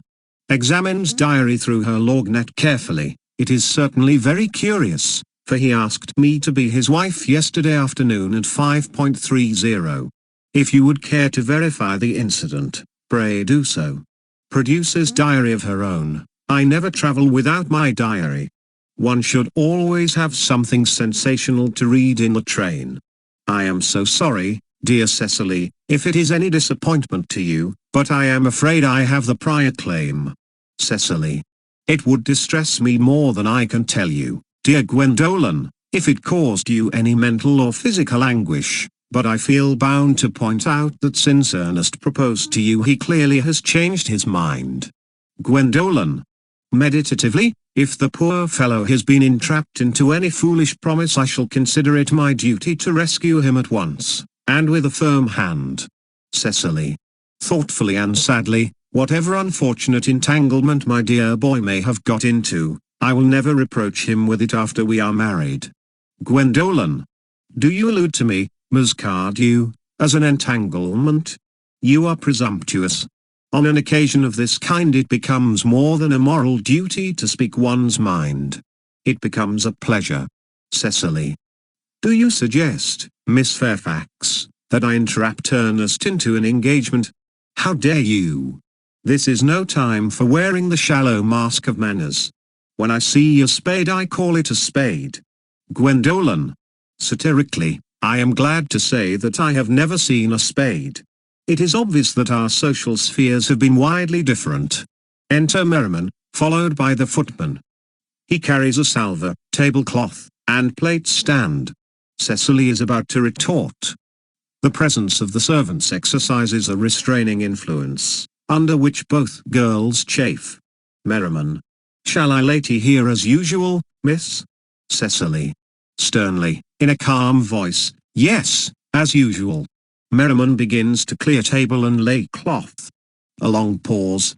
Cecily and Gwendolen glare at each other. Gwendolen. Are there many interesting walks in the vicinity, Miss Cardew? Cecily. Oh. Yes. A great many. From the top of one of the hills quite close one can see 5 counties. Gwendolen. 5 counties. I don't think I should like that, I hate crowds. Cecily. Sweetly, I suppose that is why you live in town? Gwendolen bites her lip, and beats her foot nervously with her parasol. Gwendolen. Looking round, quite a well-kept garden this is, Miss Cardew. Cecily. So glad you like it, Miss Fairfax. Gwendolen. I had no idea there were any flowers in the country. Cecily. Oh, flowers are as common here, Miss Fairfax, as people are in London. Gwendolen. Personally I cannot understand how anybody manages to exist in the country, if anybody who is anybody does. The country always bores me to death. Cecily. Ah. This is what the newspapers call agricultural depression, is it not? I believe the aristocracy are suffering very much from it just at present. It is almost an epidemic amongst them, I have been told. May I offer you some tea, Miss Fairfax? Gwendolen. With elaborate politeness, thank you. Aside, detestable girl, but I require tea.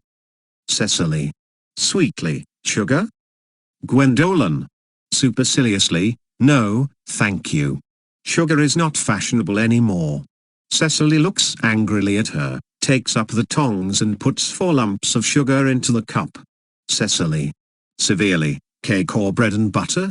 Gwendolen. In a bored manner, bread and butter, please. Cake is rarely seen at the best houses nowadays.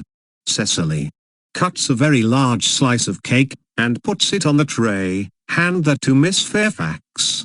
Merriman does so, and goes out with footman. Gwendolen drinks the tea and makes a grimace. Puts down cup at once, reaches out her hand to the bread and butter, looks at it, and finds it is cake. Rises in indignation.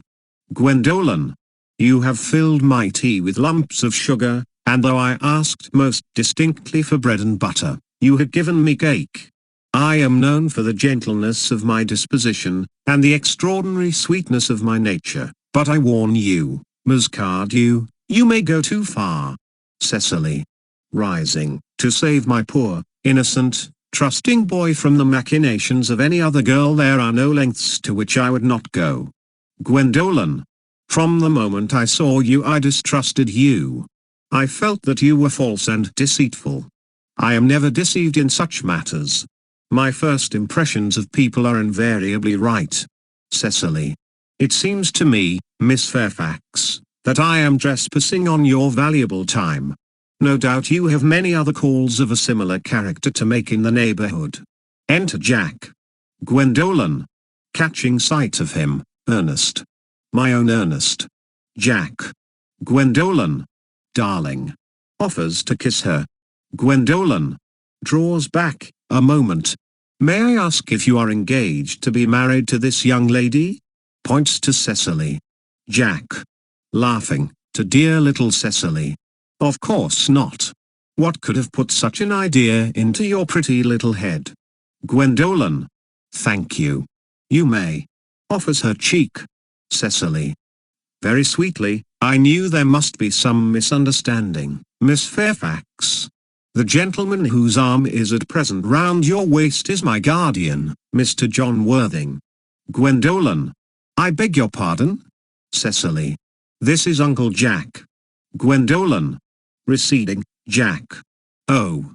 Enter Algernon. Cecily. Here is Ernest. Algernon. Goes straight over to Cecily without noticing anyone else. My own love. Offers to kiss her. Cecily. Drawing back, a moment, Ernest. May I ask you, are you engaged to be married to this young lady? Algernon. Looking round, to what young lady? Good heavens. Gwendolen. Cecily. Yes. To good heavens, Gwendolen, I mean to Gwendolen. Algernon. Laughing, of course not. What could have put such an idea into your pretty little head? Cecily. Thank you. Presenting her cheek to be kissed, you may. Algernon kisses her. Gwendolen. I felt there was some slight error, Miss Cardew.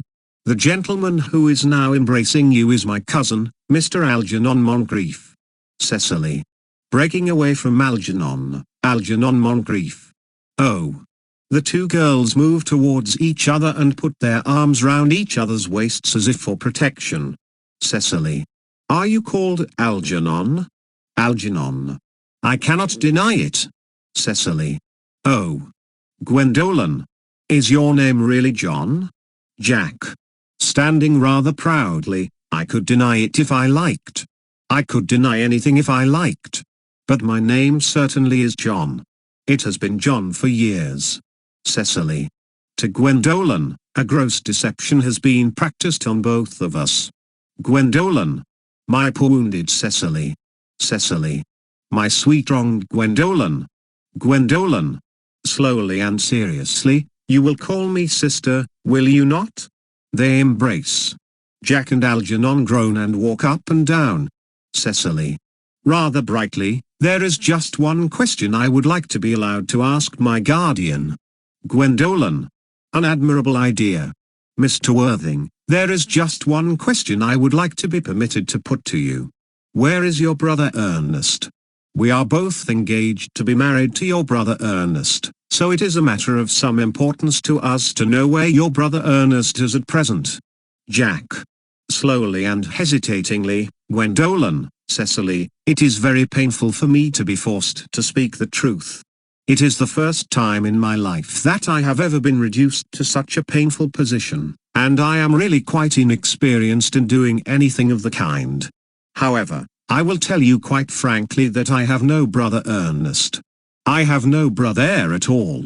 I never had a brother in my life, and I certainly have not the smallest intention of ever having one in the future. Cecily. Surprised, no brother at all? Jack. Cheerily, none. Gwendolen. Severely, had you never a brother of any kind? Jack. Pleasantly, never. Not even of any kind. Gwendolen. I am afraid it is quite clear, Cecily, that neither of us is engaged to be married to anyone. Cecily.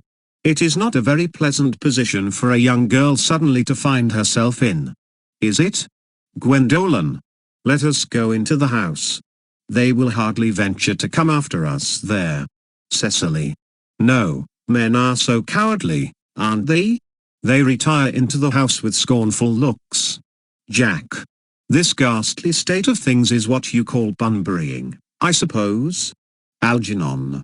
Yes, and a perfectly wonderful bunbury it is. The most wonderful bunbury I have ever had in my life. Jack. Well, you've no right whatsoever to bunbury here. Algernon. That is absurd. One has a right to bunbury anywhere one chooses. Every serious bunburyist knows that. Jack. Serious bunburyist.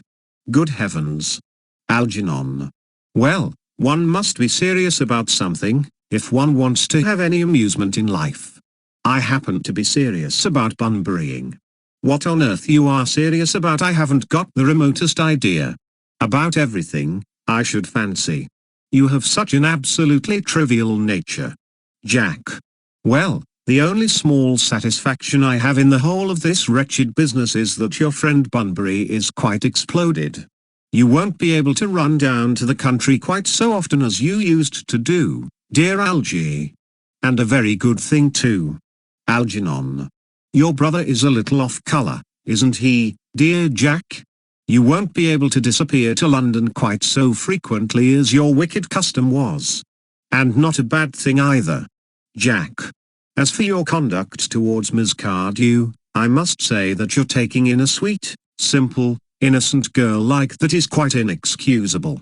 To say nothing of the fact that she is my ward. Algernon. I can see no possible defense at all for your deceiving a brilliant, clever, thoroughly experienced young lady like Miss Fairfax. To say nothing of the fact that she is my cousin. Jack. I wanted to be engaged to Gwendolen, that is all. I love her. Algernon. Well, I simply wanted to be engaged to Cecily. I adore her. Jack. There is certainly no chance of your marrying Miss Cardew. Algernon. I don't think there is much likelihood, Jack, of you and Miss Fairfax being united. Jack. Well, that is no business of yours. Algernon. If it was my business, I wouldn't talk about it. Begins to eat muffins, it is very vulgar to talk about one's business. Only people like stockbrokers do that, and then merely at dinner parties. Jack. How can you sit there, calmly eating muffins when we are in this horrible trouble? I can't make out. You seem to me to be perfectly heartless. Algernon. Well, I can't eat muffins in an agitated manner. The butter would probably get on my cuffs. One should always eat muffins quite calmly. It is the only way to eat them. Jack. I say it's perfectly heartless you're eating muffins at all, under the circumstances. Algernon. When I am in trouble, eating is the only thing that consoles me. Indeed, when I am in really great trouble, as anyone who knows me intimately will tell you, I refuse everything except food and drink. At the present moment I am eating muffins because I am unhappy. Besides, I am particularly fond of muffins. Rising. Jack. Rising. Well, that is no reason why you should eat them all in that greedy way. Takes muffins from Algernon. Algernon. Offering tea cake, I wish you would have tea cake instead. I don't like tea cake. Jack. Good heavens. I suppose a man may eat his own muffins in his own garden. Algernon. But you have just said it was perfectly heartless to eat muffins. Jack. I said it was perfectly heartless of you, under the circumstances. That is a very different thing. Algernon. That may be. But the muffins are the same. He seizes the muffin dish from Jack. Jack. Algy, I wish to goodness you would go. Algernon. You can't possibly ask me to go without having some dinner. It's absurd. I never go without my dinner. No one ever does, except vegetarians and people like that. Besides, I have just made arrangements with Dr. Chasuble to be christened at 5:15 under the name of Earnest. Jack. My dear fellow, the sooner you give up that nonsense the better. I made arrangements this morning with Dr. Chasuble to be christened myself at 5:30, and I naturally will take the name of Earnest. Gwendolen would wish it. We can't both be christened Earnest. It's absurd. Besides, I have a perfect right to be christened if I like. There is no evidence at all that I have ever been christened by anybody. I should think it extremely probable I never was, and so does Dr. Chasuble. It is entirely different in your case. You have been christened already. Algernon. Yes, but I have not been christened for years. Jack. Yes, but you have been christened. That is the important thing. Algernon. Quite so. So I know my constitution can stand it. If you are not quite sure about your ever having been christened, I must say I think it rather dangerous you're venturing on it now. It might make you very unwell. You can hardly have forgotten that someone very closely connected with you was very nearly carried off this week in Paris by a severe chill, Jack. Yes, but you said yourself that a severe chill was not hereditary. Algernon. It usedn't to be, I know, but I dare say it is now. Science is always making wonderful improvements in things. Jack. Picking up the muffin dish. Oh, that is nonsense. You are always talking nonsense. Algernon. Jack, you are at the muffins again. I wish you wouldn't. There are only 2 left. Takes them. I told you I was particularly fond of muffins. Jack. But I hate tea cake. Algernon. Why on earth then do you allow tea cake to be served up for your guests? What ideas you have of hospitality. Jack. Algernon. I have already told you to go. I don't want you here. Why don't you go? Algernon. I haven't quite finished my tea yet. And there is still 1 muffin left. Jack groans, and sinks into a chair. Algernon still continues eating. Act drop, 3rd act scene, morning room at the manor house. Gwendolen and Cecily are at the window, looking out into the garden. Gwendolen. The fact that they did not follow us at once into the house, as anyone else would have done, seems to me to show that they have some sense of shame left. Cecily. They have been eating muffins. That looks like repentance. Gwendolen. After a pause, they don't seem to notice us at all. Couldn't you cough? Cecily. But I haven't got a cough. Gwendolen. They're looking at us. What effrontery. Cecily. They're approaching. That's very forward of them.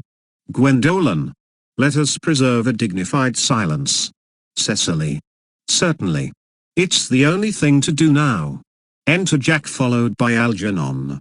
They whistle some dreadful popular air from a British opera. Gwendolen. This dignified silence seems to produce an unpleasant effect. Cecily. A most distasteful one. Gwendolen. But we will not be the first to speak. Cecily. Certainly not. Gwendolen. Mr. Worthing, I have something very particular to ask you. Much depends on your reply. Cecily. Gwendolen, your common sense is invaluable. Mr. Moncrief, kindly answer me the following question. Why did you pretend to be my guardian's brother? Algernon. In order that I might have an opportunity of meeting you. Cecily. To Gwendolen, that certainly seems a satisfactory explanation. Does it not? Gwendolen. Yes, dear, if you can believe him. Cecily. I don't. But that does not affect the wonderful beauty of his answer. Gwendolen. True. In matters of grave importance, style, not sincerity is the vital thing. Mr. Worthing, what explanation can you offer to me for pretending to have a brother? Was it in order that you might have an opportunity of coming up to town to see me as often as possible? Jack. Can you doubt it, Miss Fairfax? Gwendolen. I have the gravest doubts upon the subject. but I intend to crush them. This is not the moment for German skepticism.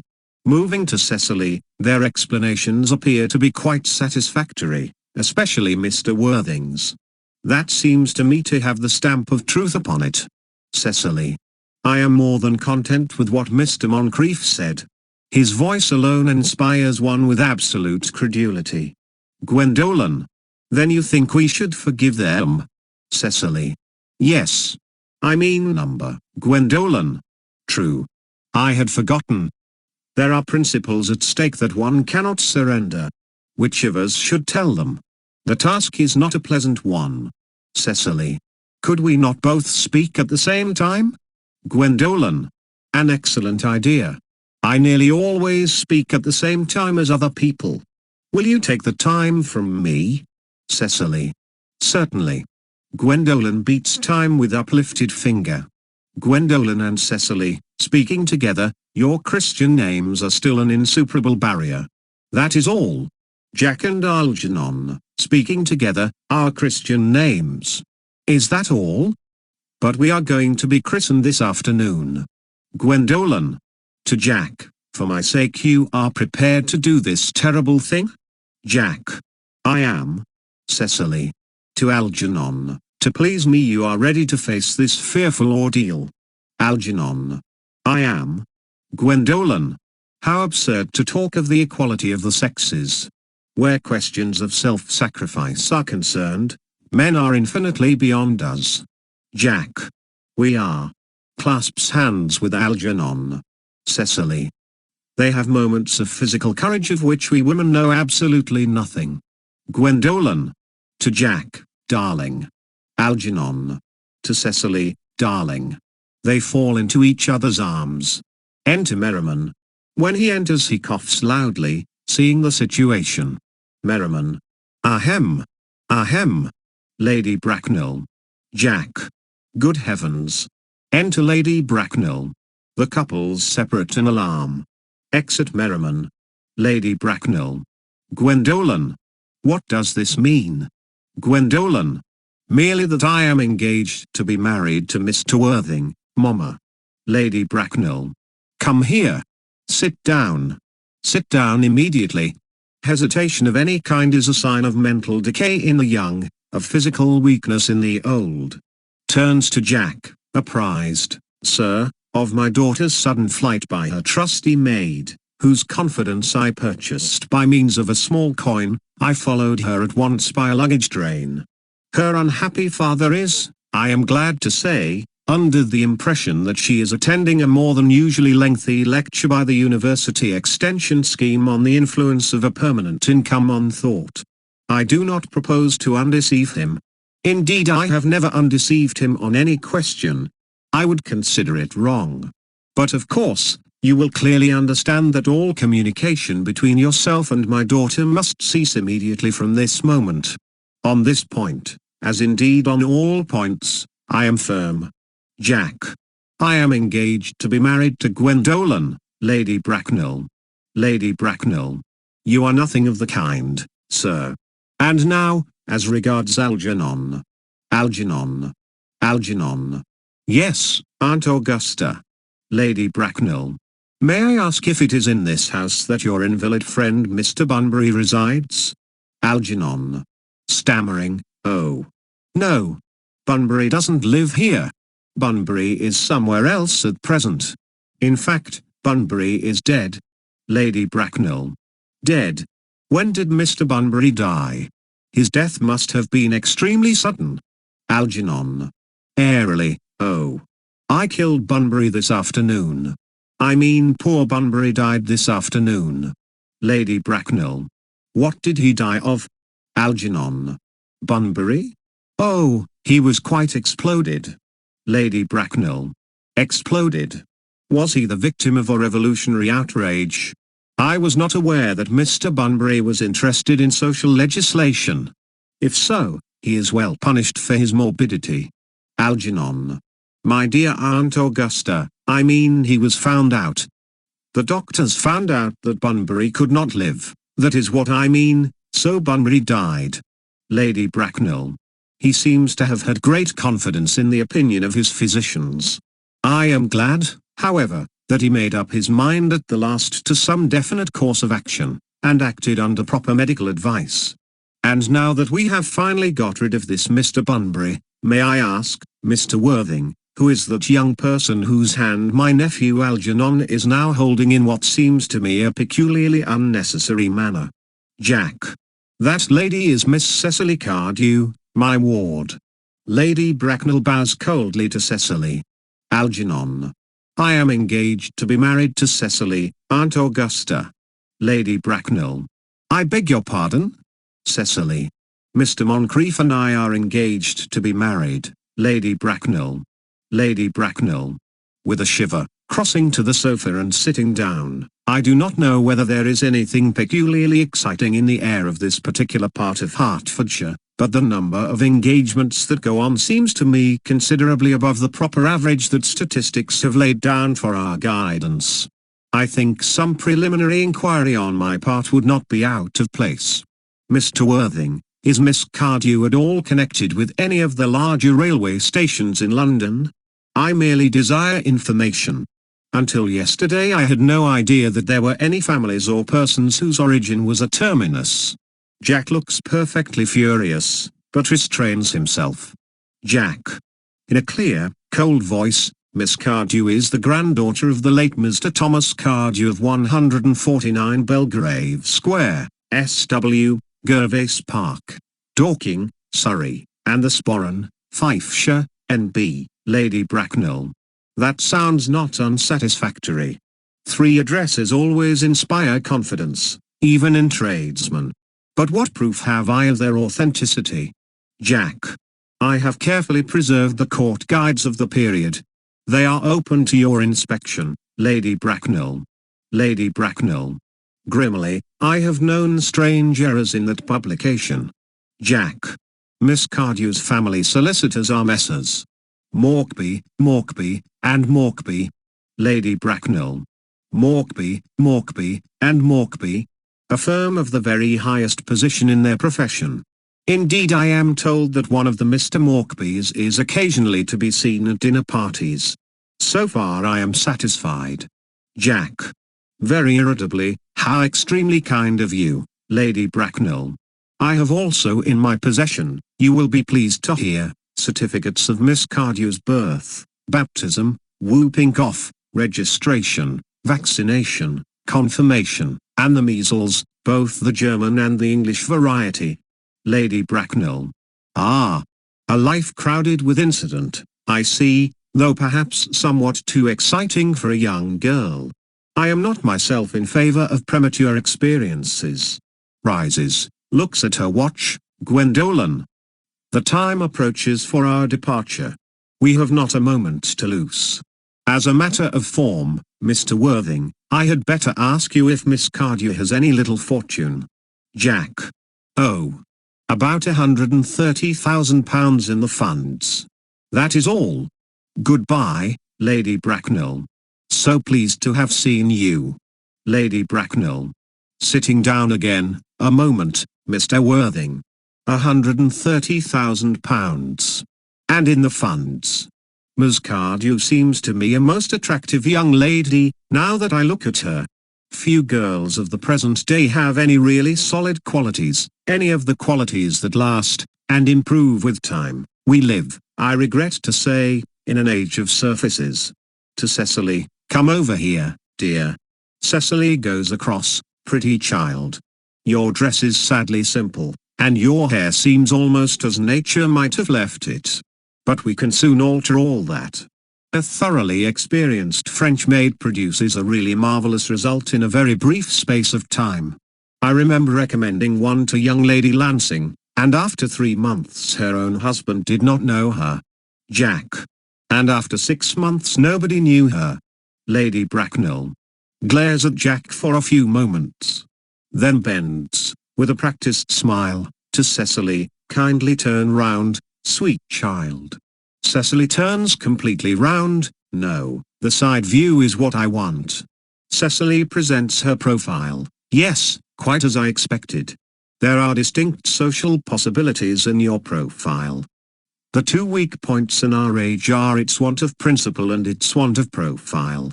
The chin a little higher, dear. Style largely depends on the way the chin is worn. They are worn very high, just at present. Algernon. Algernon. Yes, Aunt Augusta. Lady Bracknell. There are distinct social possibilities in Miss Cardew's profile. Algernon. Cecily is the sweetest, dearest, prettiest girl in the whole world. And I don't care tuppence about social possibilities. Lady Bracknell. Never speak disrespectfully of society, Algernon. Only people who can't get into it do that. To Cecily, dear child, of course you know that Algernon has nothing but his debts to depend upon. But I do not approve of mercenary marriages. When I married Lord Bracknell I had no fortune of any kind. But I never dreamed for a moment of allowing that to stand in my way. Well, I suppose I must give my consent. Algernon. Thank you, Aunt Augusta. Lady Bracknell. Cecily, you may kiss me. Cecily. Kisses her, thank you, Lady Bracknell. Lady Bracknell. You may also address me as Aunt Augusta for the future. Cecily. Thank you, Aunt Augusta. Lady Bracknell. The marriage, I think, had better take place quite soon. Algernon. Thank you, Aunt Augusta. Cecily. Thank you, Aunt Augusta. Lady Bracknell. To speak frankly, I am not in favor of long engagements. They give people the opportunity of finding out each other's character before marriage, which I think is never advisable. Jack. I beg your pardon for interrupting you, Lady Bracknell, but this engagement is quite out of the question. I am Miss Cardew's guardian, and she cannot marry without my consent until she comes of age. That consent I absolutely decline to give. Lady Bracknell. Upon what grounds may I ask? Algernon is an extremely, I may almost say an ostentatiously, eligible young man. He has nothing, but he looks everything. What more can one desire? Jack. It pains me very much to have to speak frankly to you, Lady Bracknell, about your nephew, but the fact is that I do not approve at all of his moral character. I suspect him of being untruthful. Algernon and Cecily look at him in indignant amazement. Lady Bracknell. Untruthful. My nephew Algernon? Impossible. He is an Oxonian. Jack. I fear there can be no possible doubt about the matter. This afternoon during my temporary absence in London on an important question of romance, he obtained admission to my house by means of the false pretense of being my brother. Under an assumed name he drank, I've just been informed by my butler, an entire pint bottle of my Perrier Jouet, Brut, 89, wine I was specially reserving for myself. Continuing his disgraceful deception, he succeeded in the course of the afternoon in alienating the affections of my only ward. He subsequently stayed to tea, and devoured every single muffin. And what makes his conduct all the more heartless is, that he was perfectly well aware from the first that I have no brother, that I never had a brother, and that I don't intend to have a brother, not even of any kind. I distinctly told him so myself yesterday afternoon. Lady Bracknell. Ahem. Mr. Worthing, after careful consideration I have decided entirely to overlook my nephew's conduct to you. Jack. That is very generous of you, Lady Bracknell. My own decision, however, is unalterable. I decline to give my consent. Lady Bracknell. To Cecily, come here, sweet child. Cecily goes over, how old are you, dear? Cecily. Well, I am really only 18, but I always admit to 20 when I go to evening parties. Lady Bracknell. You are perfectly right in making some slight alteration. Indeed, no woman should ever be quite accurate about her age. It looks so calculating. In a meditative manner, 18, but admitting to 20 at evening parties. Well, it will not be very long before you are of age and free from the restraints of tutelage. So I don't think your guardian's consent is, after all, a matter of any importance. Jack. Pray excuse me, Lady Bracknell, for interrupting you again, but it is only fair to tell you that according to the terms of her grandfather's will, Miss Cardew does not come legally of age till she is 35. Lady Bracknell. That does not seem to me to be a grave objection. 35 is a very attractive age. London society is full of women of the very highest birth who have, of their own free choice, remained 35 for years. Lady Dumbleton is an instance in point. To my own knowledge, she has been 35 ever since she arrived at the age of 40, which was many years ago now. I see no reason why our dear Cecily should not be even still more attractive at the age you mentioned than she is at present. There will be a large accumulation of property. Cecily. Algy, could you wait for me till I was 35? Algernon. Of course I could, Cecily. You know I could. Cecily.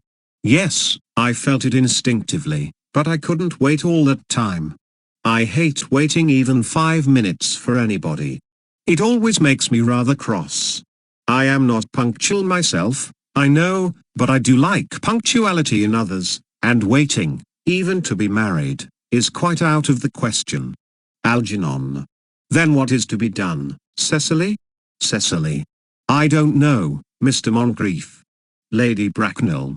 My dear Mr. Worthing, as Miss Cardew states positively that she cannot wait till she is 35, a remark which I am bound to say seems to me to show a somewhat impatient nature, I would beg of you to reconsider your decision. Jack. But my dear Lady Bracknell, the matter is entirely in your own hands. The moment you consent to my marriage with Gwendolen, I will most gladly allow your nephew to form an alliance with my ward. Lady Bracknell. Rising and drawing herself up, you must be quite aware that what you propose is out of the question. Jack. Then a passionate celibacy is all that any of us can look forward to. Lady Bracknell. That is not the destiny I propose for Gwendolen. Algernon, of course, can choose for himself. Pulls out her watch. Come, dear. Gwendolen rises. We have already missed 5, if not 6, trains. To miss any more might expose us to comment on the platform. Enter Dr. Chasuble. Chasuble. Everything is quite ready for the christenings. Lady Bracknell. The christenings, sir. Is not that somewhat premature? Chasuble. Looking rather puzzled, and pointing to Jack and Algernon, both these gentlemen have expressed a desire for immediate baptism. Lady Bracknell. At their age? The idea is grotesque and irreligious. Algernon, I forbid you to be baptized. I will not hear of such excesses. Lord Bracknell would be highly displeased if he learned that that was the way in which you wasted your time and money. Chasuble. Am I to understand then that there are to be no christenings at all this afternoon? Jack. I don't think that, as things are now, it would be of much practical value to either of us. Dr. Chasuble. Chasuble. I am grieved to hear such sentiments from you, Mr. Worthing. They savour of the heretical views of the Anabaptists, views that I have completely refuted in 4 of my unpublished sermons. However, as your present mood seems to be one peculiarly secular, I will return to the church at once. Indeed, I have just been informed by the pew opener that for the last hour and a half Miss Prism has been waiting for me in the vestry. Lady Bracknell. Starting, Miss Prism. Did I hear you mention a Miss Prism? Chasuble. Yes, Lady Bracknell. I am on my way to join her. Lady Bracknell. Pray allow me to detain you for a moment. This matter may prove to be one of vital importance to Lord Bracknell and myself. Is this Miss Prism a female of repellent aspect, remotely connected with education? Chasuble. Somewhat indignantly, she is the most cultivated of ladies, and the very picture of respectability. Lady Bracknell. It is obviously the same person. May I ask what position she holds in your household? Chasuble. Severely, I am a celibate, madam. Jack. Interposing, Miss Prism, Lady Bracknell, has been for the last 3 years Miss Cardew's esteemed governess and valued companion. Lady Bracknell. In spite of what I hear of her, I must see her at once. Let her be sent for. Chasuble. Looking off, she approaches, she is nigh. Enter Miss Prism hurriedly. Miss Prism. I was told you expected me in the vestry, dear Canon. I have been waiting for you for an hour and 3/4. Catches sight of Lady Bracknell, who has fixed her with a stony glare. Miss Prism grows pale and quails. She looks anxiously round as if desirous to escape. Lady Bracknell. In a severe, judicial voice, Prism. Miss Prism bows her head in shame. Come here, Prism. Miss Prism approaches in a humble manner. Prism. Where is that baby? General consternation. The Canon starts back in horror. Algernon and Jack pretend to be anxious to shield Cecily and Gwendolen from hearing the details of a terrible public scandal. 28 years ago, Prism, you left Lord Bracknell's house, number 104, Upper Grosvenor Street, in charge of a perambulator that contained a baby of the male sex. You never returned. A few weeks later, through the elaborate investigations of the Metropolitan Police, the perambulator was discovered at midnight, standing by itself in a remote corner of Bayswater. It contained the manuscript of a 3-volume novel of more than usually revolting sentimentality. Miss Prism starts in involuntary indignation, but the baby was not there. Everyone looks at Miss Prism. Prism. Where is that baby? A pause. Miss Prism. Lady Bracknell, I admit with shame that I do not know. I only wish I did. The plain facts of the case are these. On the morning of the day you mention, a day that is forever branded on my memory, I prepared as usual to take the baby out in its perambulator. I had also with me a somewhat old, but capacious handbag in which I had intended to place the manuscript of a work of fiction that I had written during my few unoccupied hours. In a moment of mental abstraction, for which I never can forgive myself, I deposited the manuscript in the bassinet, and placed the baby in the handbag. Jack. Who has been listening attentively, but where did you deposit the handbag? Miss Prism. Do not ask me, Mr. Worthing. Jack. Miss Prism, this is a matter of no small importance to me. I insist on knowing where you deposited the handbag that contained that infant. Miss Prism. I left it in the cloakroom of one of the larger railway stations in London. Jack. What railway station? Miss Prism. Quite crushed, Victoria. The Brighton line. Sinks into a chair. Jack. I must retire to my room for a moment. Gwendolen, wait here for me. Gwendolen. If you are not too long, I will wait here for you all my life. Exit Jack in great excitement. Chasuble. What do you think this means, Lady Bracknell? Lady Bracknell. I dare not even suspect, Dr. Chasuble. I need hardly tell you that in families of high position strange coincidences are not supposed to occur. They are hardly considered a thing. Noises heard overhead as if someone was throwing trunks about.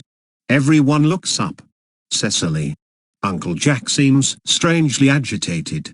Chasuble. Your guardian has a very emotional nature. Lady Bracknell. This noise is extremely unpleasant. It sounds as if he was having an argument. I dislike arguments of any kind. They are always vulgar, and often convincing. Chasuble. Looking up, it has stopped now. The noise is redoubled. Lady Bracknell. I wish he would arrive at some conclusion. Gwendolen. This suspense is terrible. I hope it will last. Enter Jack with a handbag of black leather in his hand. Jack. Rushing over to Miss Prism. Is this the handbag, Miss Prism? Examine it carefully before you speak. The happiness of more than one life depends on your answer. Miss Prism. Calmly, it seems to be mine. Yes, here is the injury it received through the upsetting of a Gower Street omnibus in younger and happier days. Here is the stain on the lining caused by the explosion of a temperance beverage, an incident that occurred at Leamington. And here, on the lock, are my initials. I had forgotten that in an extravagant mood I had had them placed there. The bag is undoubtedly mine. I am delighted to have it so unexpectedly restored to me. It has been a great inconvenience being without it all these years. Jack. In a pathetic voice, Miss Prism, more is restored to you than this handbag. I was the baby you placed in it. Miss Prism. Amazed, you? Jack. Embracing her, yes. Mother. Miss Prism. Recoiling in indignant astonishment, Mr. Worthing. I am unmarried. Jack. Unmarried. I do not deny that is a serious blow. But after all, who has the right to cast a stone against one who has suffered? Cannot repentance wipe out an act of folly? Why should there be one law for men, and another for women? Mother, I forgive you. Tries to embrace her again. Miss Prism. Still more indignant, Mr. Worthing, there is some error. Pointing to Lady Bracknell, there is the lady who can tell you who you really are. Jack. After a pause, Lady Bracknell, I hate to seem inquisitive, but would you kindly inform me who I am? Lady Bracknell. I am afraid that the news I have to give you will not altogether please you. You are the son of my poor sister, Mrs. Moncrief, and consequently Algernon's elder brother. Jack. Algy's elder brother. Then I have a brother after all. I knew I had a brother. I always said I had a brother. Cecily, how could you have ever doubted that I had a brother? Seizes hold of Algernon. Dr. Chasuble, my unfortunate brother. Miss Prism, my unfortunate brother. Gwendolen, my unfortunate brother. Algy, you young scoundrel, you will have to treat me with more respect in the future. You have never behaved to me like a brother in all your life. Algernon. Well, not till today, old boy, I admit. I did my best, however, though I was out of practice. Shakes hands. Gwendolen. To Jack. My own. But what own are you? What is your Christian name, now that you have become someone else? Jack. Good heavens. I had quite forgotten that point. Your decision on the subject of my name is irrevocable, I suppose? Gwendolen. I never change, except in my affections. Cecily. What a noble nature you have, Gwendolen. Jack. Then the question had better be cleared up at once. Aunt Augusta, a moment. At the time when Miss Prism left me in the handbag, had I been christened already? Lady Bracknell. Every luxury that money could buy, including christening, had been lavished on you by your fond and doting parents. Jack. Then I was christened. That is settled. Now, what name was I given? Let me know the worst. Lady Bracknell. Being the eldest son, you were naturally christened after your father. Jack. Irritably, yes, but what was my father's Christian name? Lady Bracknell. Meditatively, I cannot at the present moment recall what the general's Christian name was. But I have no doubt he had one. He was eccentric, I admit. But only in later years. And that was the result of the Indian climate, and marriage, and indigestion, and other things of that kind. Jack. Algy. Can't you recollect what our father's Christian name was? Algernon. My dear boy, we were never even on speaking terms. He died before I was a year old. Jack. His name would appear in the army lists of the period, I suppose, Aunt Augusta? Lady Bracknell. The general was essentially a man of peace, except in his domestic life. But I have no doubt his name would appear in any military directory. Jack. The army lists of the last 40 years are here. These delightful records should have been my constant study. Rushes to bookcase and tears the books out. M. Generals. Mallam, Maxbom, Magley, what ghastly names they have. Morkby, Migsby, Mobbs, Moncrief. Lieutenant 1840, Captain, Lieutenant Colonel, Colonel, General 1869, Christian names, Earnest John. Puts book very quietly down and speaks quite calmly, I always told you, Gwendolen, my name was Earnest, didn't I? Well, it is Earnest after all. I mean it naturally is Earnest. Lady Bracknell. Yes, I remember now that the general was called Earnest. I knew I had some particular reason for disliking the name. Gwendolen. Earnest. My own Earnest. I felt from the first that you could have no other name. Jack. Gwendolen, it is a terrible thing for a man to find out suddenly that all his life he has been speaking nothing but the truth. Can you forgive me? Gwendolen. I can. For I feel that you are sure to change. Jack. My own one. Chasuble. To Miss Prism, Letitia. Embraces her, Miss Prism. Enthusiastically, Frederick. At last. Algernon. Cecily. Embraces her, at last. Jack. Gwendolen. Embraces her, at last. Lady Bracknell. My nephew, you seem to be displaying signs of triviality. Jack. On the contrary, Aunt Augusta, I've now realized for the first time in my life the vital importance of being earnest.